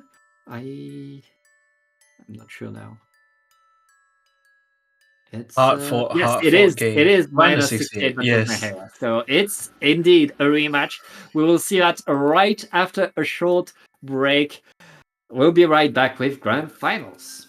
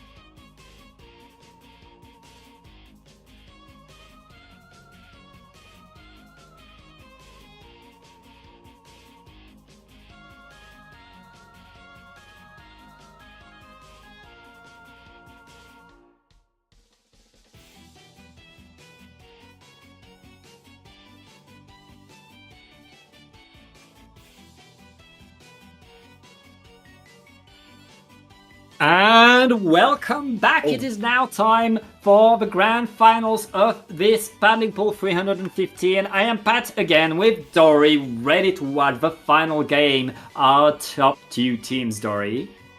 Well, it could be two sets if things work out, but you know, I think FV will like their chances, seeing as they're starting on the map they just won on, which is map mode they just won on, which is Scorch Rainmaker. Although I mean they know what to expect from -68 now, right? So they know they should be prepared. Let's see what kind of fight they put up. The players are all nearly readying up right now. There's just one left, and honestly, I don't want to make any predictions because based on how both teams have been playing tonight, literally anything could happen here. Oh yeah, for sure. Anything is possible, but -68 has the edge. They beat FV 3-0 earlier in the tournament, and since they are on the winner's side, they only need to win one set, whereas FV needs to win two. Now, we are going to go into this game. As you said, Scorch on the Rainmaker, we already just saw that. We already saw FV get a crazy comeback on this map. They are hot for this map, but I guess -68, we're watching, we're waiting. What will they bring to the table? How will they counter the momentum that Heavy has built up? Yeah, it will be quite interesting because they must be full of. Oh, I'm liking that Wiper pick. I know that Joe Future has been playing it the whole time, but I'm never going to stop commenting about it. It's such a good weapon. Anyway, here we go. Everyone rushing for mid, and I think it might actually be. Oh wow, the Gao is the player that goes down first, not the Wiper. Okay, Yeah, it happens. world's Yeah, ending it now. happens. It's a gal. Come on. They but like to run forward as well. they do like to run forward. I'm more used to Wipers dying first, but here we go. Specials are already coming out. Cooler on east side, and a really nice, very nice play from the early push from the decaf there. But nothing really coming out of this right now. Ooh, wait. Oh, very They're nice, really very interesting. going Oh wow, they in. actually made it across. Yeah, Hammer is the last line of defense for minus 68 right there. It's not going to work. FB is taking the first checkpoint and they're in a position to maybe take more. They're forced a bit away. And finally they're able to get rid of the player behind them, which means they're going to contest that pop and maybe they get more push. Yeah, Mocha also has splashdown ready here, and that Yeah. clears out so much space in that little pit right at the bottom of this ramp. So, Yeah. you know, everything is in place, and the Rainmaker resets.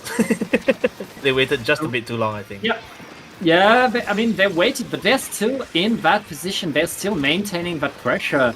As minus Oh. 68 is struggling to get back in there. FD is holding on to that Rainmaker, delaying whatever. Oh my goodness. Okay. That's more, that's more Okay. points for FB, who are now going onto that ramp. And getting to 22. This is really funny because the Rainmaker died in that gap between the smash ball and the bubble. If they had like a third of a second more, it would have been a push to single digits. But as it is, 22 is not too unbeatable, and I think minus 68 will fancy their chances against this. Oh yeah, for sure. But right now, FV are maintaining the pressure, are maintaining the speed. As minus 68 are not really able to establish themselves in control of the mid. FV is simply running around, getting more and more splats. I'm really enjoying this. FV really all over the map, just flanking as they see fit. You know, they made it across the grates earlier, and they had jumps in. Like how people don't really do that. Okay, they're gonna like this again. FV not stopping. They're coming in incredibly strong. And the Rainmaker is back forward. The Booyah is going to be thrown as that big bubbler. But minus 68 are still in defense mode right now, not really able to get in. This is gonna be a fun one, I think. Just because minus 68 find themselves dropping like that, and then they go down again. FV just has to hold this position, and minus 68 doesn't really have a way to get close. They can't approach. They don't have the rail range for it. And the Wiper, you know, the Wiper always finds themselves taking random fights. Yeah. That's the one thing you can do here is to try to drop and distract the rest of the team. But FV are too well organized for this, and this Rainmaker is just still here. They don't have to push. Yeah. They know they don't have to push. Yeah. They jumped away because they didn't want to explode because of the time they had held the Rainmaker for the minute. Oh my goodness. Right there. A squid bag. Cheeky bag right there. But that actually means that FV goes 3 down in succession, and Ooh. okay. And the decaf goes in, I guess. Yeah, I mean, it looks like minus 68 were able to move the Rainmaker a little bit away, but not that much. FV is back on the attack, back with another pop and pushing in again. It's non-stop action for FV, who are regrabbing. They're just gonna and this wait time here with now. just 20 seconds left, they're going into the safe spot. They know they can delay things. They're dancing Go. around. I mean, Envy took full control of that game, Dory. Kugisaki, there we Look go. at the score. Not a single point. Not a single point for minus for 68. Incredible. That's very nice. And jumping off at the end just to rub it in. Fantastic game from FV. They won it just now. They win it now. They're not afraid of anything. That's a great opening by FV. Getting game number 1 in. I mean, they took control. They did everything. And minus 68 Yeah. really struggling right there to get back in there to stop them. But it is only game number 1. There are more games to come, and you can't underestimate minus 68. It's a team that has gotten onto the arena side for a reason, Dory. Yeah. That said, you know, they got the Rainmaker to 22 and then successfully stalled out for 3 minutes. 3 whole minutes just playing in that same spot on the map. And it didn't look like minus 68 could do anything about that. So wow, okay, I just want to see what happens next, because this map, it's also very stally, I guess. You could stall this forever if you get the right push and you get the right players in the right spots. But Sorry, let's see.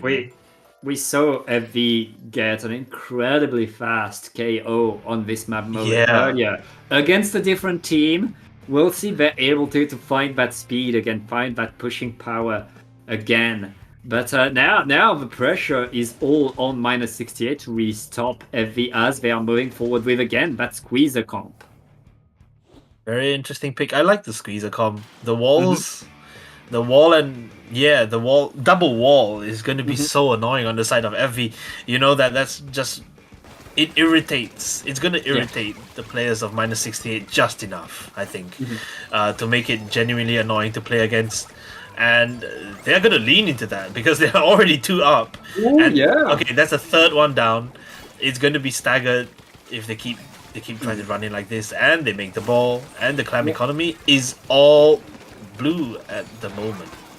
Yeah, I mean, minus 68 getting the opening, but they didn't get in game number 1 right now. But they need to move a bit back. Oh, as I say, that shoot down onto FB. Minus 68 are taking that ball forward, trying to find a way in. They're on top right to try to maintain some pressure, but they don't have the way forward yet. Oh my as goodness. the pencil is forced to move away, maintaining the power. That's Wow. cute.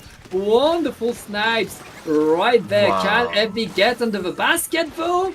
No, they just the- missed that.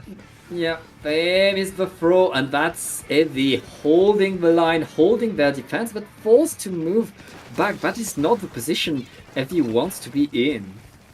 No, but you see the pencil just dropped it and went out. They were fully prepared to just take the chance, right? They knew they had to do that. Oh Whoa! my goodness. Yeah, that's the wipeout in favor of FE. Now it's FB's turn to get near that basket to prepare a push. They have an extra splat onto the wiper, and they have a few specials ready now to push in. The basket is not open, but they lose 3 No, players. they lose 3 Mocha players. is splatted as well. There was tactical, so they should get back to fight for mid, but that is no push for you. 2 minutes into the game, and neither team has been able to really turn their advantage into points, Dory. Yeah, this is again, stally map, and it's a kind of different kind of stally map, right? Like it's a map that tantalizes you. It almost makes you believe that you could just reach that basket, and then the basket is just far away enough that it is genuinely annoying to get to. You do actually have to establish the position, and neither team has quite managed that yet. FV is actually giving as good as they get from minus 68 right now. Yeah, Very and, nice pick on the side there. Yeah, minus 68 keeping their control over mid. They have the super clan, but they don't have the way in yet. They're forced to wait a little more as FV, thanks to these point sensors, are preparing, coordinating pretty well their defense now. Can FV push in. They're still there. They're still holding pretty well with the pencil onto the grades. They're holding that position, but they're losing their play of a second. They try to move in, Dory, and minus 68 are not able to get there. They're not forced away.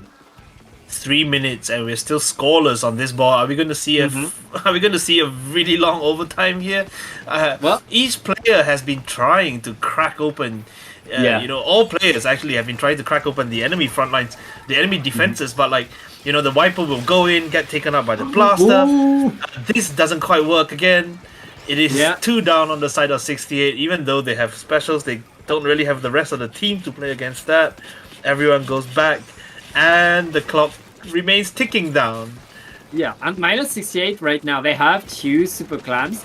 2 super clams is going to make it even harder to push because there's 2 targets painted on your back. The other team knows where you are. They no longer even need to throw the point sensor to know where you're going to try to push from. Right now, within the last minutes of the game, nobody has scored a single clam. And FB are defending still has minus 68 with the super clams are not able to hold their own. They lose one, and I think that's good for them because, at this point, the team that scores one single super clam could win the game. Could win, yeah. Both teams, I think at this point, both teams are playing not to win. They're playing not to lose. Yeah. And this is the difference. Minus 68 find themselves pushed back even more. You can only be so careful before you end up giving up too much space. FV don't have the clams. They do now. Ooh. They get one pick that could be huge. Yeah. They're ready. They are ready. Yeah. I think they really want this. Look at dancing around. But then one pick goes down. They don't get. It is the same throw. That's both not teams. a good job. That throw is not working. But Dylan is getting in there. Dylan's opening the basket. That was not a throw at the basket. That was a pass for Dylan. And FB is now up 2-0. Wow. That was so silly. I think that was so silly. You know what? It worked. And that's a win is a win is a win. Yeah. And FB have now gotten 2 of these wins. You know what? More power to them. They want to show that the 3-0 doesn't mean a thing if they can do it back. Yeah. Yeah, very, very nice games by FV. This was close. This was close. So close. This was a one push, one clam game. But right now, FV, despite being on the loser side, are winning this set, are dominating this set, and it's minus 68 who are the ones sweating right now, who are the ones who need to adapt, who need to switch up their game. You don't want to concede a bracket reset without getting a single point. Yeah, it's very interesting what they're heading into though. Wait, Dory. Minus 68 didn't grab the Rainmaker and pass the middle of the map. They didn't get a single point. They didn't get a single point. Yeah, they haven't scored. They didn't score a clam in the second game. They haven't scored a point yet. Yeah. That is crazy. This is kind of crazy. Hopefully they'll manage to put at least 1 point on the game. On the set so far. Control, you have to, right? Yeah, you think so? You only need to touch it. If we knock it straight out. No, I'm not going to curse this. I'm not going to jinx this. But it is Tower Control, Barnacle, and Dime, which is, I guess, pretty strange. Pretty strange? Yeah, pretty strange. It's an interesting one just because once the tower moves, the mid is completely flat. It's so flat. Yeah. Once it happens. And that's going to prove very interesting to fight in because the weapons that are currently being played, I think they enjoy that. They like fighting on flat ground. They like fighting in They liked fighting in the middle of Crab Lake. And it's not tower control. Okay, that's the wrong. Oh yeah, it's zones. We had a problem with our display. Sorry about that. Okay. That makes more sense for Barnacle and Dime. That does make more sense. I have to say, I was like, huh? Okay, but there we go. Wow. All right, and here we go. That's already a splat onto FB minus 68 opening with the strong push. And right now with Wow. 3 down, they're going to make points, taking the zone and still going Okay. in. Huge moves right there by the 52 Gal guy. player has had absolutely enough. Just going in now. That's Yeah. what Gal players do. And now minus 68 find themselves in a nice position. The rest of FV has had to back out a little bit. People are still going down in mid without getting too close to the zone. And now minus 68 gets to pop special and take out 2 of FV as well. Oh, nice. Well-timed shots. Yeah, very well timed right now. Minus 68 are not Oh. able to force FV out. FV takes the Delayed control with a delayed wipe indeed. And they're still in there. Oh wait, but Gallo Nice. not gonna be able to survive much longer. FV now pushing in incredibly strong, incredibly far in, and very much taking Yeah, the Molcher's just most in. aggro position. Insane jumps. Here we go. Yeah. They're going to successfully, I think, try to stop the rest of the team from coming in. Oh, but lovely Zipcaster gets traded out. 40-39. Will that be enough? Yeah. Will they paint the zone, or will they manage to put penalty on? They lose 2 players. The bubble comes down. Really nice bubble, but that is finally the zone for minus 68 and the wipeout to boot. They'll enjoy the space they have now. Yeah.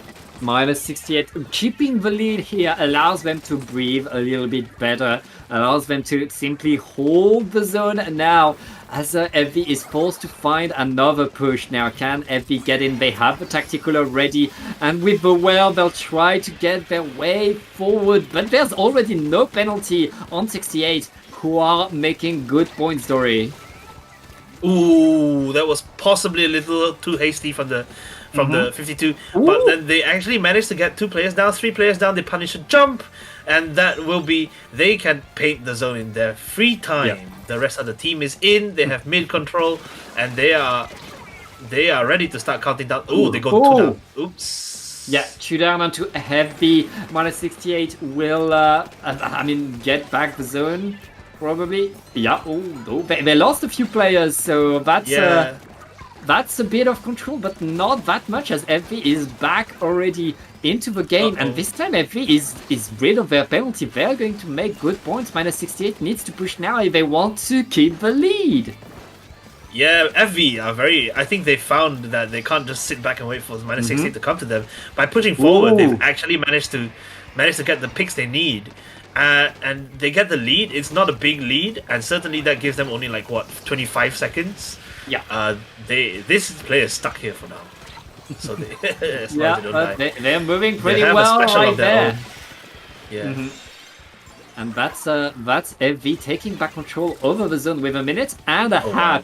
They have the lead this time. They have the position. Oh, They're wow. holding pretty well thanks to that bubbler. That is going to be so rough for 68 to attack before the lead is even extended by FV. Okay, that was unfortunate peeking. The girl gets 2 players like this, and they are in. Yeah. There's no more penalty left, but minus 60 had only 1 player up just now. Everyone respawns. I don't even think they'll have time. They can't need even that be Booyah on Bomb to it. cap. They need to throw the They need Booyah Bomb at they the need to zone throw the right Booyah. now. And it doesn't do enough. That's enough. It does. Can the cap? It's neutral. But it's 1v2. They're You on the can't zone. paint with the Zipcaster though. Can you? No, There we you go. can't. It doesn't look That like is you can. 3-0. Wow. What a set by MV. I mean, minus 68 3-0'd them earlier in winners bracket. So now these 2 teams are 3-3, but the momentum is on the side of FV right now. That's really, really impressive. Wow, okay. They just had it. They allowed... Okay, you know what? They allowed minus 68 to put some points on the board. So it was not that one-sided. Oh yeah, But it was really one-sided.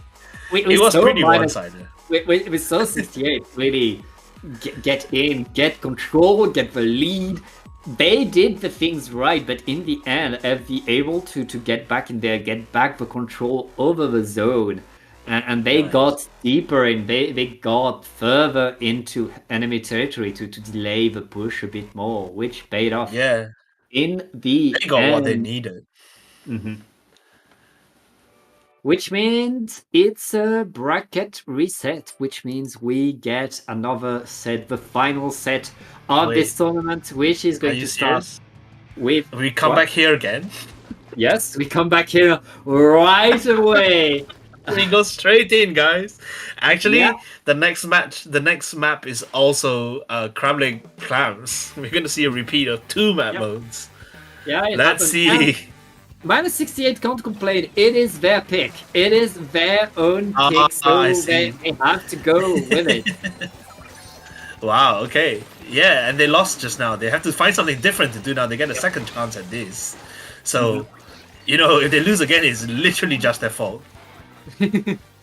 Well, Ooh, they tried. they're facing a pretty mighty team in Heavy right now, and -68 able to have the better opening, but I say that a bit too soon. Heavy keeps control over the zone, gets the splat to move forward. -68 is going to have to super jump away. That's just their wiper. That's Wow. pretty much a delayed wipe.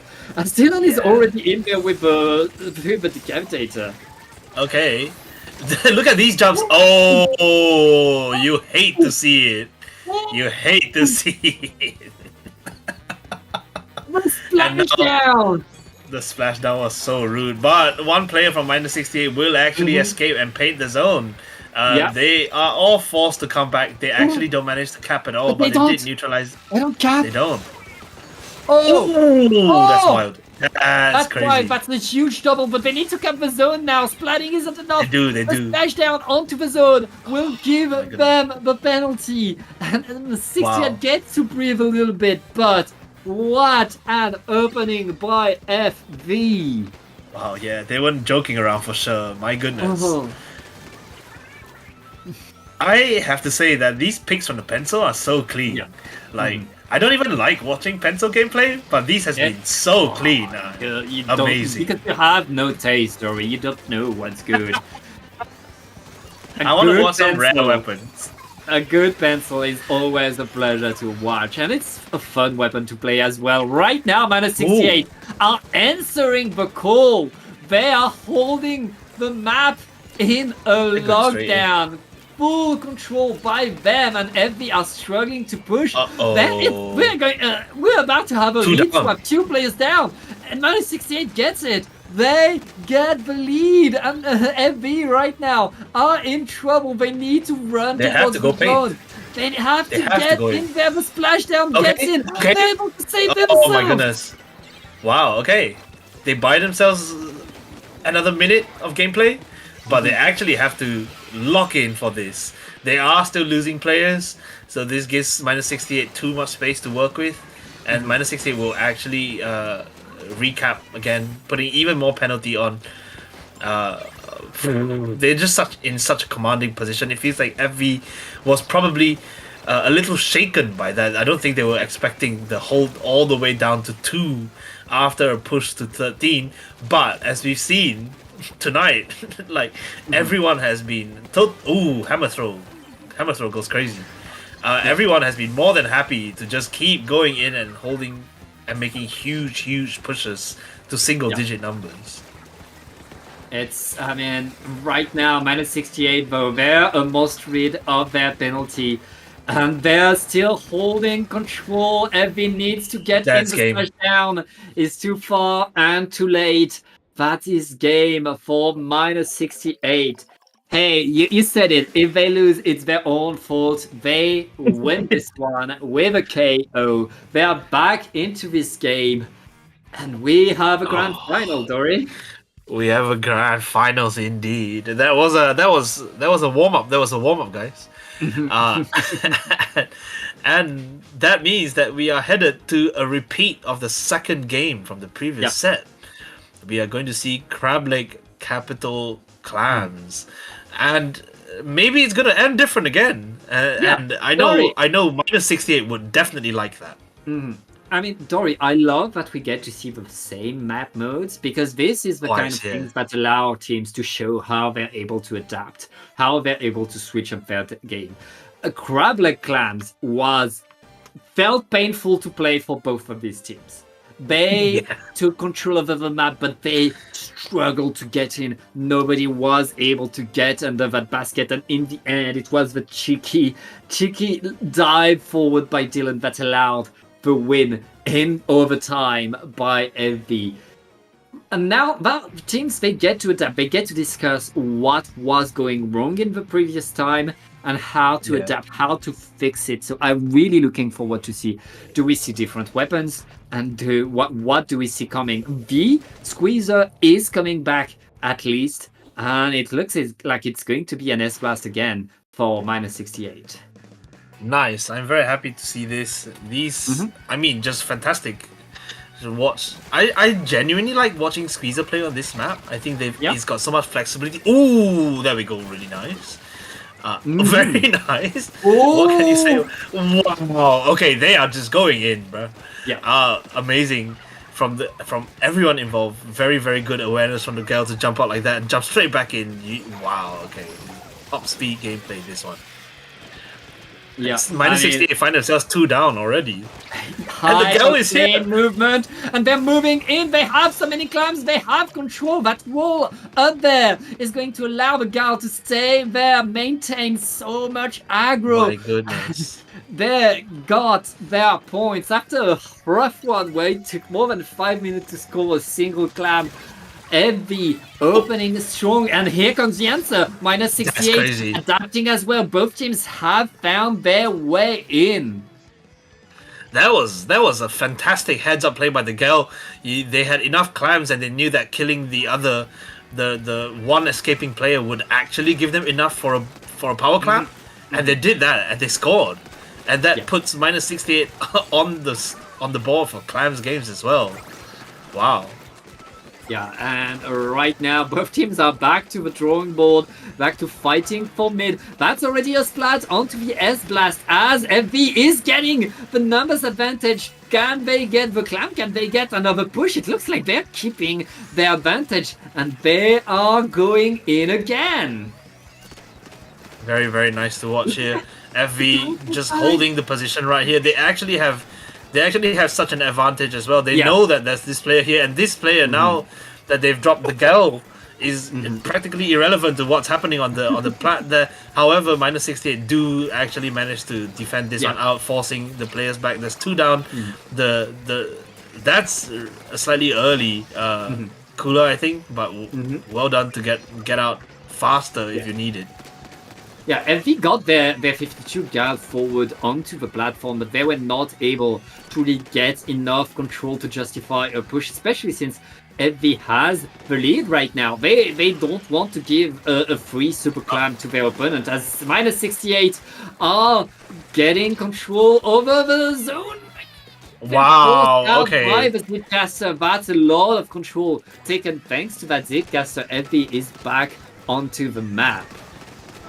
Yeah, the Zipcaster beeline straight for the clam carrier, so the clam carrier couldn't jump. Just had to back the hell away from that amazing heads-up play as well. These players are reacting so fast. The instant they learn something about how each other works, they can respond. They can come up with a different strategy, and FV goes straight in again. Yeah, that's another opening for FV. They don't have a penalty anymore, and there's a super clam coming in with a super jump. That's 30 points left. They still have a player in there behind everybody. That's the Stamper maintaining pressure, forcing 68 to look behind, to simply to wait a little bit more. I mean, FV has taken control over that game, and they get even more. Oh no, that was unfortunate. The Wiper does not manage to keep the stillness of mind to fight that 52. Another player drops early, and this is another power clam for FV. This could get really bad really quickly if they allow these players to just walk in like that with 5 clams. That's so many clams. Okay, 3 more clams, do you think? No, one more. They only keep need doing 4 this. more, but with 1 minute left, minus 68 need a big push, and they lost 2 players already. That's not how you want Yeah. to start the last minute. No way. That I mean- wiper. Oh, that's That- that's Mocha behavior for sure. I Yeah. know that. That's Envy taking control right there and not stopping. They're still in. The whole map is yellow right now. They have the gal into the platform as they are collecting a few more clams. Here comes the Zip. At this point, Envy, all they need is a few more trades and they win the game. Yeah. They definitely, that was personal, you know. Yeah. Oh, yeah. that is how it is. These players know that. Oh, and someone looks around. You know, they're trying to get a jump in. That's Ooh. bound to be that. Nope, not gonna Was work. not successful. The jump doesn't work. Everyone's gonna beeline. They're not close enough. They're simply not close enough. This is looking like an FV game for sure. Yep. That's going to be game 8 for FV, who are winning this Oh, that's and wild. ending it with the basket broken. Oh One- wow. 1-1 between these two teams. And they keep going, they keep getting more points. And FV right there reminding us how they got the bracket reset. Minus 68 needs to adapt again. Damn. Really, really, just fantastically strong play.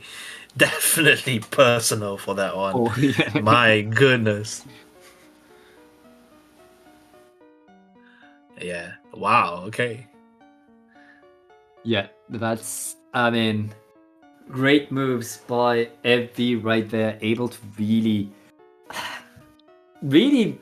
get that control over the game, force their way in over and over.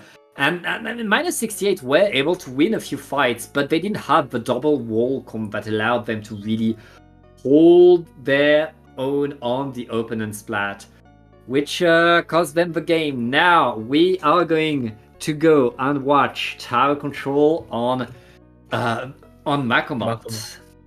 Lovely map mode. Very nice. Very standard. Nothing. No surprises here. You think? So, you know, these teams. Again, this is the sort of map mode that everyone does know, kind of like completely inside out, right? So, what kind of surprises are we going to see? I genuinely have no idea. I hope we see some surprises for sure. But it's going to be interesting, you know. Now that minus 60 have got one game, they know. I mean, they've already. If you think about it, right, it's 4 games. Each team has won 4 games against the other. So Yeah. they are completely tied now. Yeah. Yeah, it is game 5. If this was Luti, this would be the final game, but it is not. We have more to watch even after this one. And our two teams bringing back pretty much what they like. Weapons that we've seen already. I love to see all of that. Let's get in the game. Amazing. I was already a gal down on the side of FV. Everyone is so aggressive, right? Everyone just really, really wants it now. Everyone, that is coolers on both sides. Yep. Just endless fighting. So, which is what we like to see. And who's going to put points on the board first? I feel like this is one of those games that could actually just be an infinite stall for super long. Well, See? it is not a stall right now. They got to the checkpoint at least, but my 68. Well, is I don't think going they to touched get it, back actually. in there. Oh, okay, they got there. Come on. No, fantastic. It's possible for. I mean, we saw just now there was another set where there was like a minute and a half where no one got their point, right? So entirely possible here. FVR find themselves 2 up and with the advantage of the cooler, and we see a nice flank by the decaf. Yep. This is always a fun one to watch. Spartanus genuinely love this. Just run in, do that flank. They do. Get punished though, and nothing comes of that. Yeah, Nothing comes off of that indeed. We're back with the fight for mid. Now your team really able to get enough control. It is so hard to get enough control to really force your way to that first checkpoint. Right now, the splashdown, not able to find anything. That blaster has been here so long to get that splashdown, and we're still with the fight for mid, but it looks like 68 will take the tower, move My goodness. in, but they're not able. Oh, Wait, Yep. neither team has touched checkpoint. It's Yeah. 2 minutes in. so close, so close, so So close. You can do it, guys. I mean, this is amazing to watch. I do like watching the team fight aspect of Yeah. Splatoon. It is just amazing. There we go, checkpoint, and likely, Bubbler. yeah, the whole checkpoint. There we go. Yeah, with a bubbler in front of a checkpoint, FB will be able to get through, but that's all they get. 68 is already back in position to defend, to punish them right there. And oh, wait! What a move! Wait, that's by- crazy. Yeah, able to punish the pencil, which means FB are now. Whoa. Okay. Okay, that duel could decide a lot, Wow. and that duel is won by FV, who are still on the attack. They need to put one player onto the tower in order to keep pushing. Right now, oh, the tower moved back into mid as they were winning this fight, Dory. Wow. There's just so much fighting going along. Everyone is literally moving like I don't know. They want this movement. You know, you can see it's like just everyone moving as much as possible, trying to get just whatever advantage you can get against your opponent. Yeah. And this is genuinely just like peak Splatoon. This is peak Splatoon. Yeah. The game's crazy. And minus 68 is pushing back the tower into mid, but they still have to fight very hard if they want to get a lead of their own. A minute and a half left into the game right now, and it's 2 versus 2 again. So many splats left and right. It looks like FV are winning that fight, dodging that splashdown, though, as we see more trade into mid. The tower is going to stay put for a while. Wow. Wow. Okay. So now it's up to minus 68 to finally move forward. They look like they have mid. Someone runs onto the just. Wow, it did look like they had mid, and they're still losing players. Everyone is losing players left Yep. and right, and therefore nothing is happening. This is genuinely exciting, by the way. Like whenever people say nothing is happening, the movement Yes. is happening. The fight is happening for Yeah. mid. Everybody is keeping the Oh my game goodness. going. Look at this stuff. They're at each other's throats all the time. And finally, minus 68 touch the checkpoint, and will they crack it? They will relatively easily. A really nice hammer throw actually just buys enough space. And somehow this blaster is not dying. This go there we go. Very very nice Viper gameplay from Joe. Just amazing stuff. But minus 68 continue pushing. They have not very much time to lose anymore. The team fight has lasted all of this game, and FV get on the tower, ensuring that that's game 2 to them. Wow. I mean, it's the games that minus 68 win, they're close. The game that FV win, they're simply pushing more and getting more points and dominating the map. I'm really impressed with this. Like, Yeah. they genuinely are just going at each other. I would love to see the KAs on this game, because there was so many people just going down left, right, center, mid, back, forward, Oh, yeah. everywhere on this map. People were just dying all the time. That's how you play the map. That's how you play the map. You need to keep the fight. You need to fight somewhere on this map mode. need to fight otherwise you're doing everywhere. it wrong. Yeah, that's true. And that was a peak fight. Like, this is just so fun to watch. Amazing stuff from these guys. FV find themselves one game away from winning it all, actually. They're going to enjoy this advantage. And we are going to go to Scorch Gorge Rainmaker again. We've seen this map a few times now. We've seen FV just absolutely dominate here. They're happy to do it again, I'm sure. Oh, certainly. This is a map mode that they're happy to see on the list.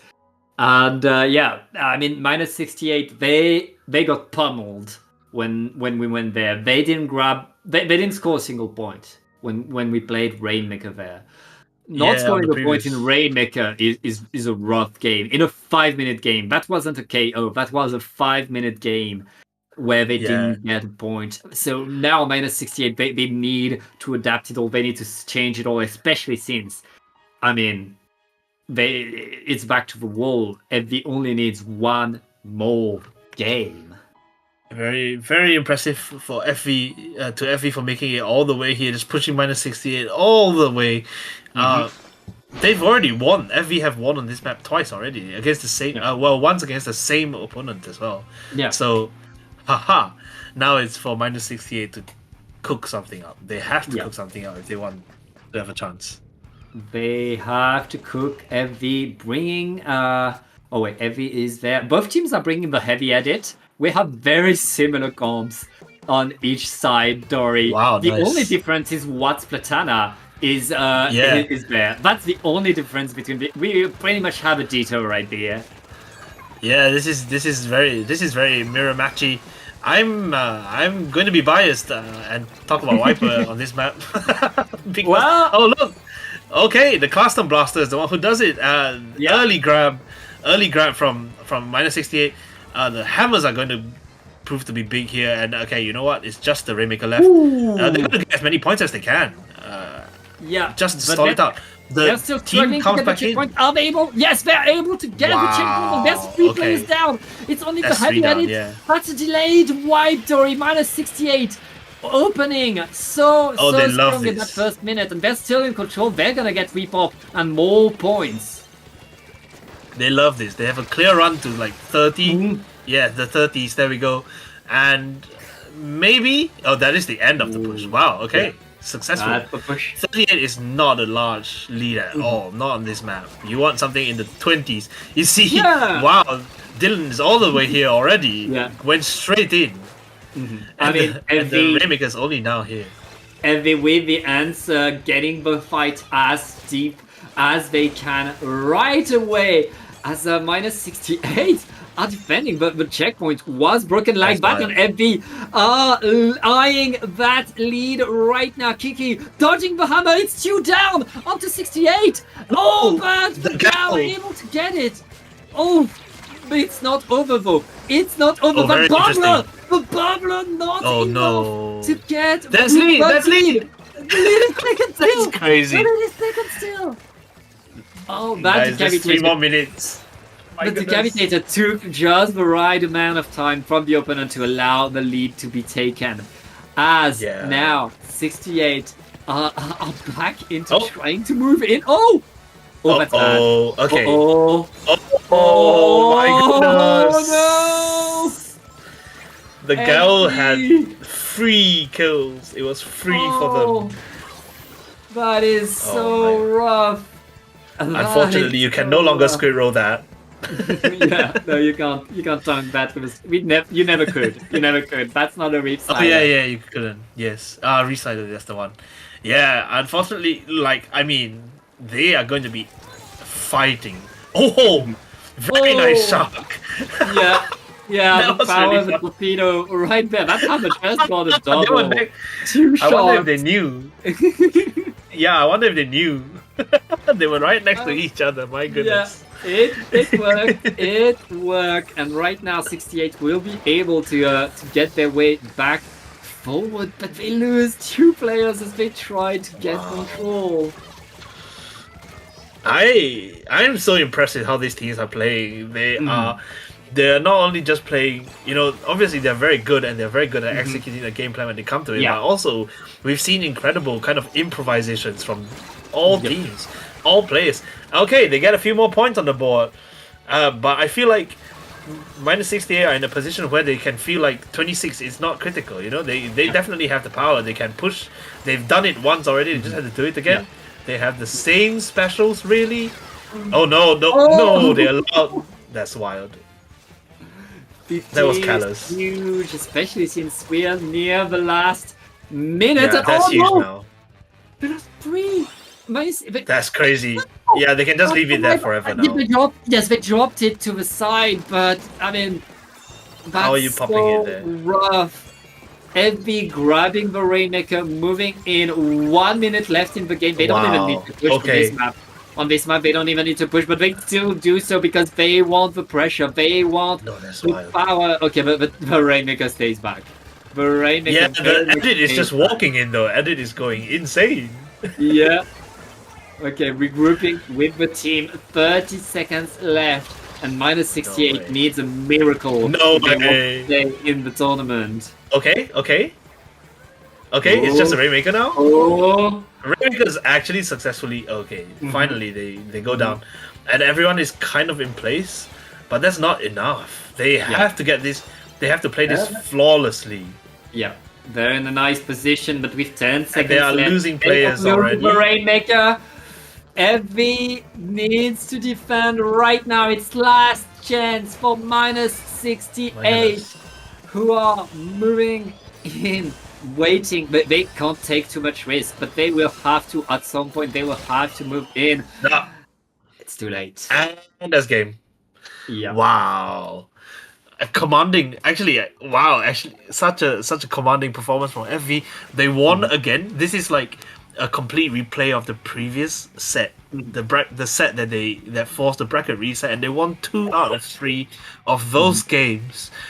So yeah, congratulations to FV, for winning after a bracket reset. Yeah, very, very nice grand finals by Evie, dominating. It's really, really showing what they can do, putting minus 68 in a hard spot every single game.